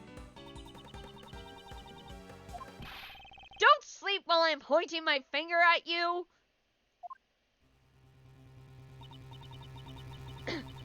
Oh, I wouldn't dream of falling asleep on you, Mr. Edgeworth. What's with the fucking bubbles? It is exactly as you say. Are you confessing to having participated in the smuggling? No, far from it. It's true that I was the one who signed off on the document. But you can't use that fact alone to make your allegation of smuggling shtick. There is no correlation after all. All you have is my signature on a piece of paper. Really, all you did was sign it. I neglected to check if the cargo had been loaded onto the plane properly.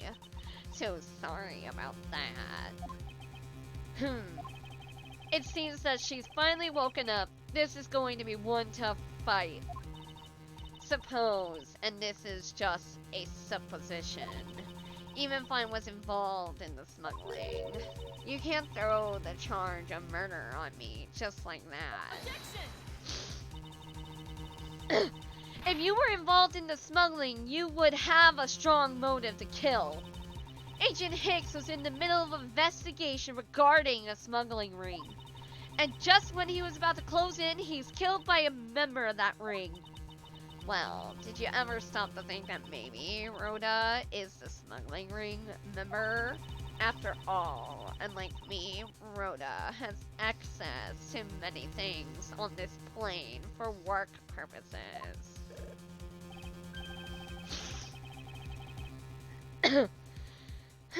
So perhaps there is some element of a setup at play in this case.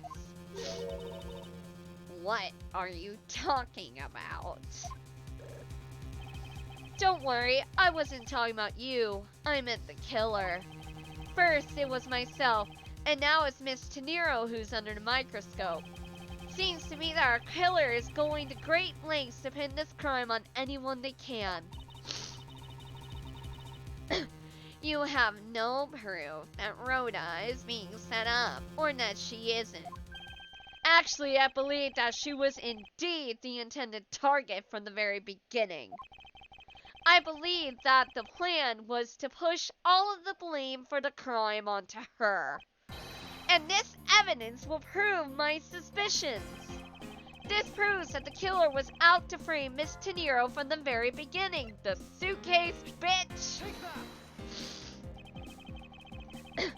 The killer could have hidden the body anywhere, and yet they chose the suitcase. Why is that? Perhaps it was to move the body up from the lower deck to the first floor. However, why go through the trouble to do so? The only way all of these actions make sense is if the killer had wanted to frame Miss Tenero for the murder. Miss Tenero buys a suitcase on every flight she works without fail. But should her suitcase be switched with the one containing the victim's body, that would put her in a very tight spot. Unfortunately for the killer, the turbulence put an end to that plan. There wasn't enough time to put the body back into the suitcase. Ergo, they made do with whoever was at hand, adapted with their plan, and tried to frame me as I lay unconscious on the floor from the turbulence. The killer then went to hide the suitcase in the in-flight shop and brought the piggy bank back to the elevator in order to fabricate a false weapon. A lot of work for a fruitless endeavor, wouldn't you agree? Sounds like the killer had a tough time too, huh? I mean, why did the killer need to frame someone that badly anyway? That is because of the special circumstances surrounding this particular case. What special circumstance dictated the need for the killer to frame someone?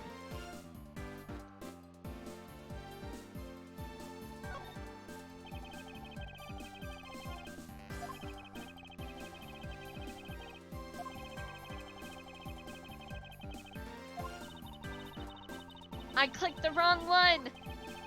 Well, I thought I'd best start from there. God damn it. I clicked the wrong one! That was an accident! Where the murder took place. The special circumstance is simply that the murder took place on a plane mid-flight. No matter which country, customs is quite strict in this day and age. So no matter what you do to change it, the chances the body will be found is very high. Therefore, there was no choice but to frame either Miss Tenero or myself. In other words, the only one who fits within the boundaries of the criminal's movements is not Miss Tenero or myself. But you, Miss Camille, only you and you alone could be the killer. And... Are you done already? I was about to fall asleep again. Anyway, let's be honest here. You don't have anything on me other than a whole lot of circumstantial evidence. I can see the outline of how the murder occurred, but I have no definitive evidence. And isn't there a piece of evidence that's still unaccounted for? Something that I still can't quite fit into the picture? The fucking cell phone! I don't have any actual evidence. I thought not. But that's because it went missing, and still is. Missing? What do you mean by that? In the complex puzzle that is the case, there was one piece I kept getting stuck on. And that is the victim's cell phone. Francisca, you were waiting at the airport for a phone call from Agent Hicks' cell phone. Or at least that's what you told me. That's right. But Agent Hicks' cell phone could not be found at the crime scene. You mean the killer took the phone with them? Precisely. I suspect that if we were to find the phone, it would lead us to the killer. Come on, get serious. If the victim fell to his death from that height, wouldn't his phone break as well? We wouldn't know that until we try a little experiment, will we? Francisca, I'd like to ask for your assistance. You know the victim's phone number, do you not? Oh shit! Oh shit! Of course I do.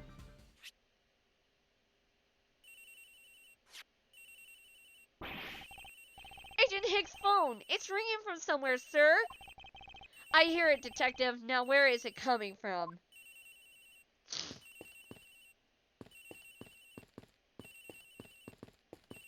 I know where it's at. I know where it's at.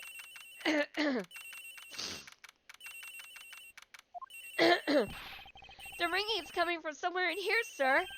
Leave no stone unturned, Detective Gumshoe. We must find it. The ringing is coming from somewhere around here. But it's not here, sir. Why do I have such a bad feeling about where we're going to find the phone?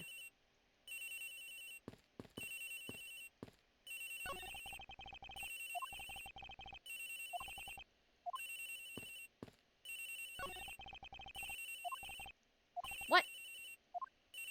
I'm literally... The ringing is coming from in here, sir. What? No, it can't be.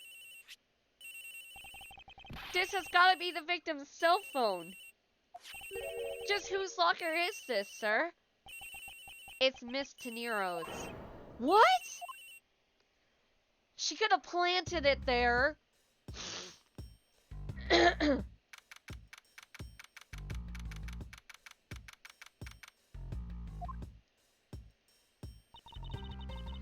So, Mr. Edgeworth, how did it go? Where did you find the phone? I found it in the flight attendant's room in Miss Tenero's locker. What? But Rhoda Tenero? I don't know anything about the phone. It wasn't me. It wasn't me. Miss Von Karma, is it? I suggest you arrest Mr. Rhoda Tenero right away. Wait, I have a theory. This is related to the incident with the keycard. When the killer went to steal the keycard, they conveniently stashed the cell phone in Miss Tenero's locker at the same time. Objection! This is related to the keycard, alright. In the same way that we have zero proof that the killer did just that.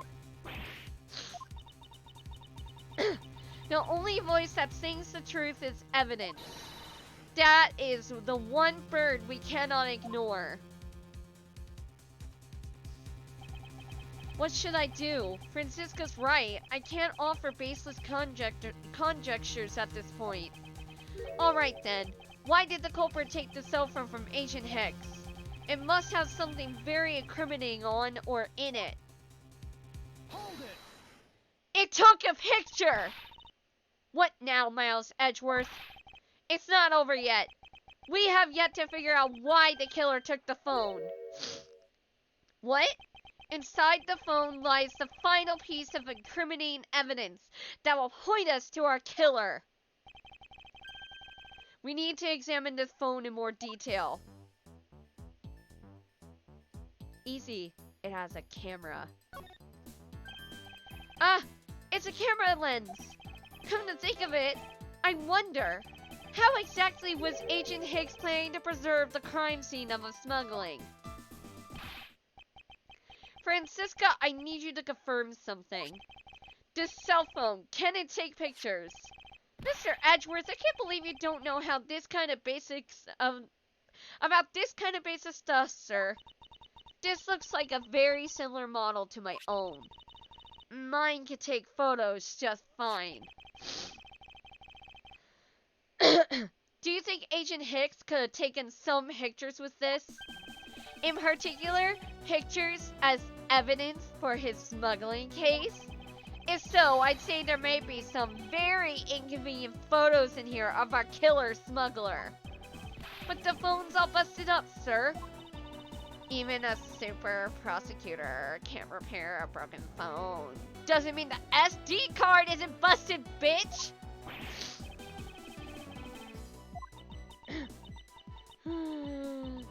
May I go back to sleep now? Objection! The LCD screen on the inside and outside are broken, that's for sure. But that's also reason enough to believe that the killer wasn't able to erase the data. What? What do you mean by that, Francisca? It looks like our killer isn't familiar with electronics. This phone still rang when I called it, meaning only the LCD screens are broken. It's possible that the photos are still there inside, waiting to be accessed. All we need to do is transfer the data to my phone! Yes, Francisca! Francisca, your phone if you please. Very well. It's transferring. Alright, displaying it now. This is... Agent Hicks was most certainly trying to obtain some evidence for his smuggling case. Hey, do you live Fred's nowhere in this pic, sir? But this has no meaning as a piece of evidence in this murder case, right? Ouch, she's right. There's not much we can find out from this about Agent Hicks' killer, sir.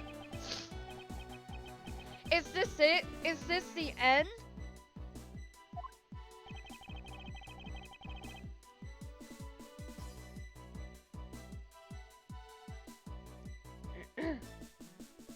Is there really nothing in this photo that we can use? What's all this?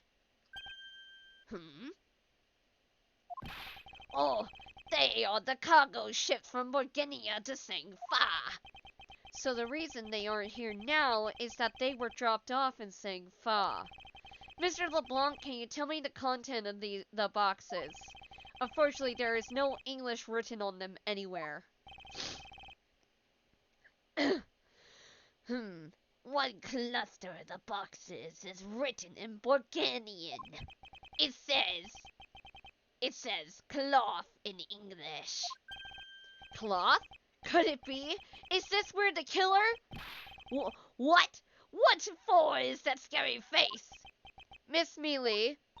Yes. It appears that Agent Hicks was no ordinary investigator. He left us as a piece of evidence after all. A striking piece that will point out who the killer is. Maybe you shouldn't force your mistaken reading of a simple picture, Mr. Edgeworth. The Bulgarian cargo in this piece of evidence will point us straight to the killer, the cloth. The cloth! And what is that supposed to prove? The killer used this piece of cloth to wipe up the blood they had spilt. But there was one thing that bothered me this whole time. Where did it come from? And now I finally found my answer in this very photo. The cargo that was unloaded in Sangfa had cloth written on it. In Bulgarian, that is. And this is where the killer grabbed the piece from to clean up the blood with. That's right, the killer was someone who could read and understand Bulgarian. And the only crew member that fits that description is you, Miss Cammy Mealy! That's pretty flimsy. The killer probably searched through all the boxes looking for something to use. When you're frantic, you don't care if the box is in English or Bulgarian. Sorry, but I cannot agree with your assessment of the killer's indiscriminate nature. What? Yeah, pardon. There was no need for the killer to tear through boxes at random at all. And if the killer supposedly could not comprehend Bulgarian, well then. Logically, the killer would have opened this box first, the bed sheets. Hey, it says bed sheets in English right on the box, sir. Precisely. The bed sheets would be perfect for cleaning up blood, wouldn't you say? So what are you trying to say? That if I were the criminal, this box of bed sheets would have been what I would have spotted first. However, the killer chose to use some Bulgarian cloth. Do you have an explanation for that? The killer didn't want anyone to know that the real scene of the crime was this cargo hold. So they were afraid to leave signs that the box for the sheets had been opened. However, the Bulgarian cloth, well, that's a horse of a different color. Because the killer knew that it was going to be unloaded in the Republic of Sang-Fa. That's right. That's why the Bulgarian cloth was used. And the only Bulgarian reader on board who can make such a calculated decision is you, Cammy Mealy. You and you alone. It would be very easy for us to confirm if any of the boxes were resealed. All we would have to do is contact the Sang-Fa authorities in time. And we may even find other evidence to incriminate our killer within those boxes. Grrr. So what do you say, Miss Mealy? Why not confess to your crime here and now? Or would you rather wait and see what we find out from our investigation in Sang-Fa?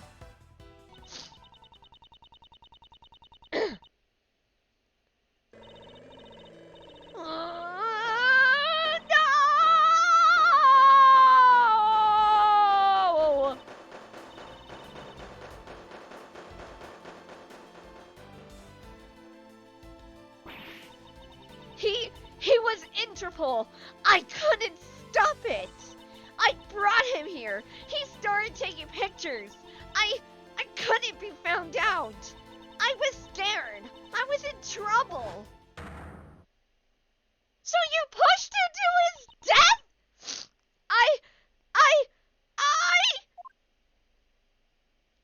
Dude! Bruh, that's fucked.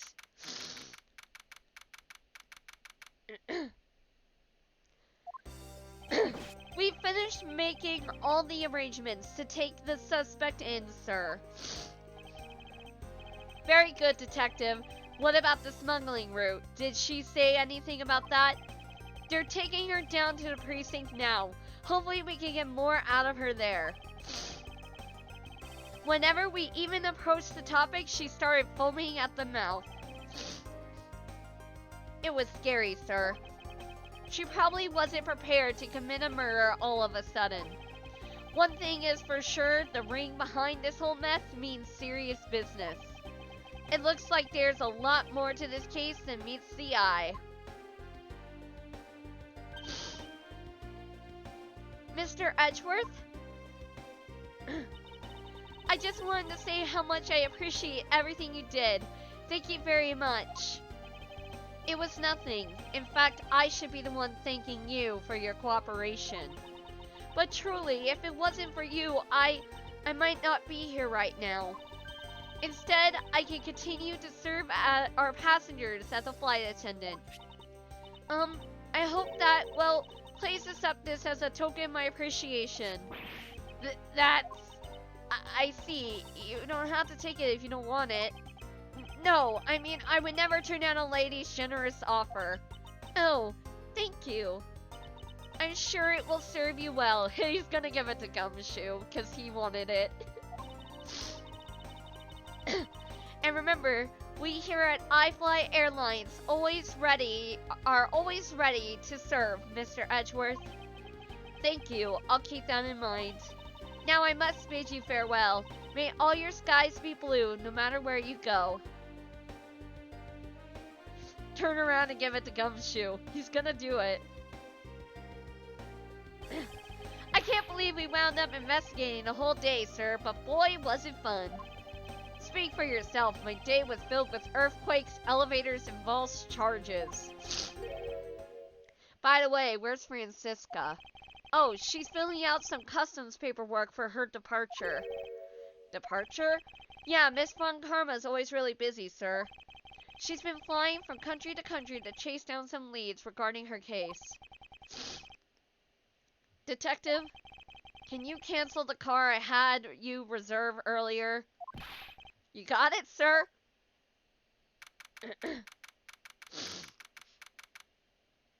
Hope Springs Airport. Francisca, I thought I told you when you first landed. I have no time for idle chatter. I have no intention of wasting your time. However, it has been a while since we last met. I also have no time for such familiar reminiscences. Just who do you think I am? You are Franziska von Karma, a very proud prosecutor deserving of much respect. Until only a little while ago, I was but a wretched mutt who was always losing to you. A dancing parrot, period. I don't know how to say that. Living her life on name and fame her invincible father built. True, your father, Manfred von Karma, didn't lose a single case for 40 years as a prosecutor. However, I wouldn't say he was invincible. What are you talking about? The group I'm on the trail of is little more troublesome than most. The smuggling route we found this time is only one sliver of the big picture. Sounds like a dangerous assignment. You really don't have to worry. I can take care of myself. Yes, I suppose you can. Plus, there is another agent on this case with me. Oh? Another agent? He is a star among Interpol agents and has the highest successful arrest rate. Who knows, you may even run into him one day. I was simply caught up in this one case. I hardly see why we would cross paths. I suppose. But I doubt he would say the same. I'm not following you. You'll understand soon enough. The fight has only begun, Miles Edgeworth. I'll be back in this country soon enough. And when I am, you can be sure I'll pay you back in full. He.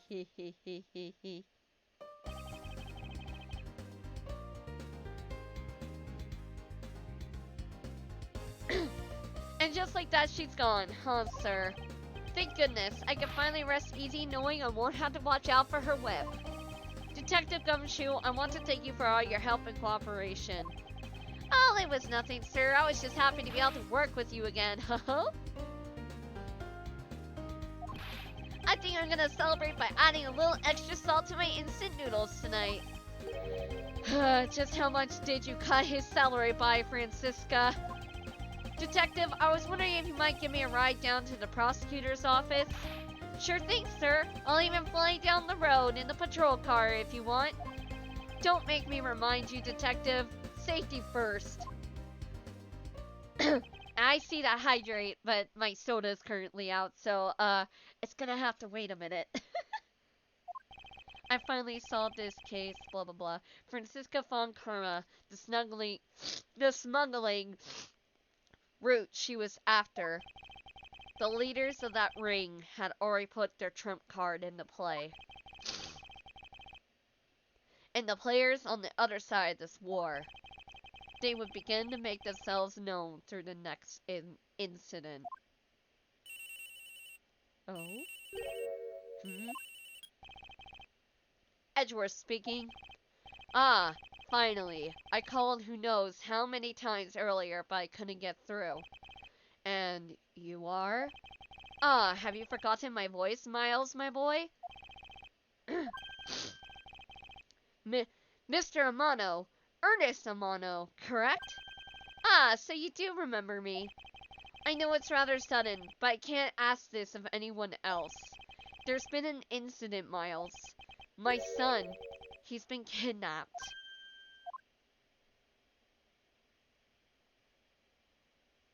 And that's the end of Turnabout Flight. Well, Turnabout Airlines, but still. Yes, let us save. Okay, I can grab a soda really fast. Because I have a mini fridge right here with me in my recording space in the void. Ha ha ha ha ha.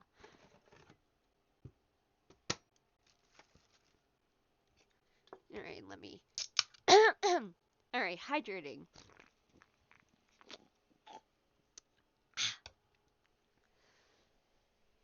There we go. Alrighty.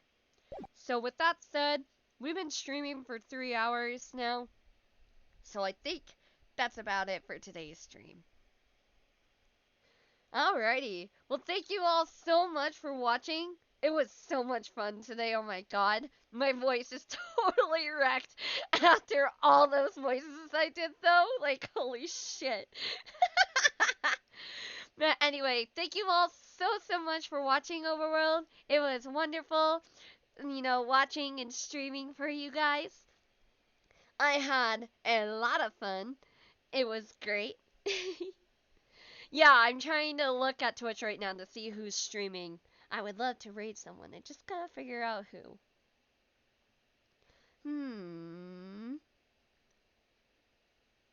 Show more.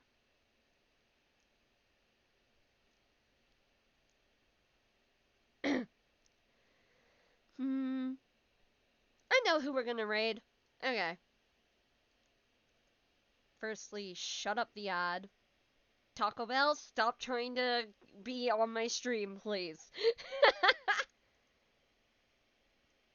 Alright. Bye, Metatoni. You have a good one. Alrighty, so chat, we are gonna go raid Eco Kane. He is currently playing Assassin's Creed Valhalla, and he is an adorable corgi VTuber. I totally recommend him. He's great. So we're gonna go raid him. And with that said, thank you so much for watching. Thank you so much for watching Overworld. I will see you again on Saturday at 2:30 p.m. PST. Till next time, farewell!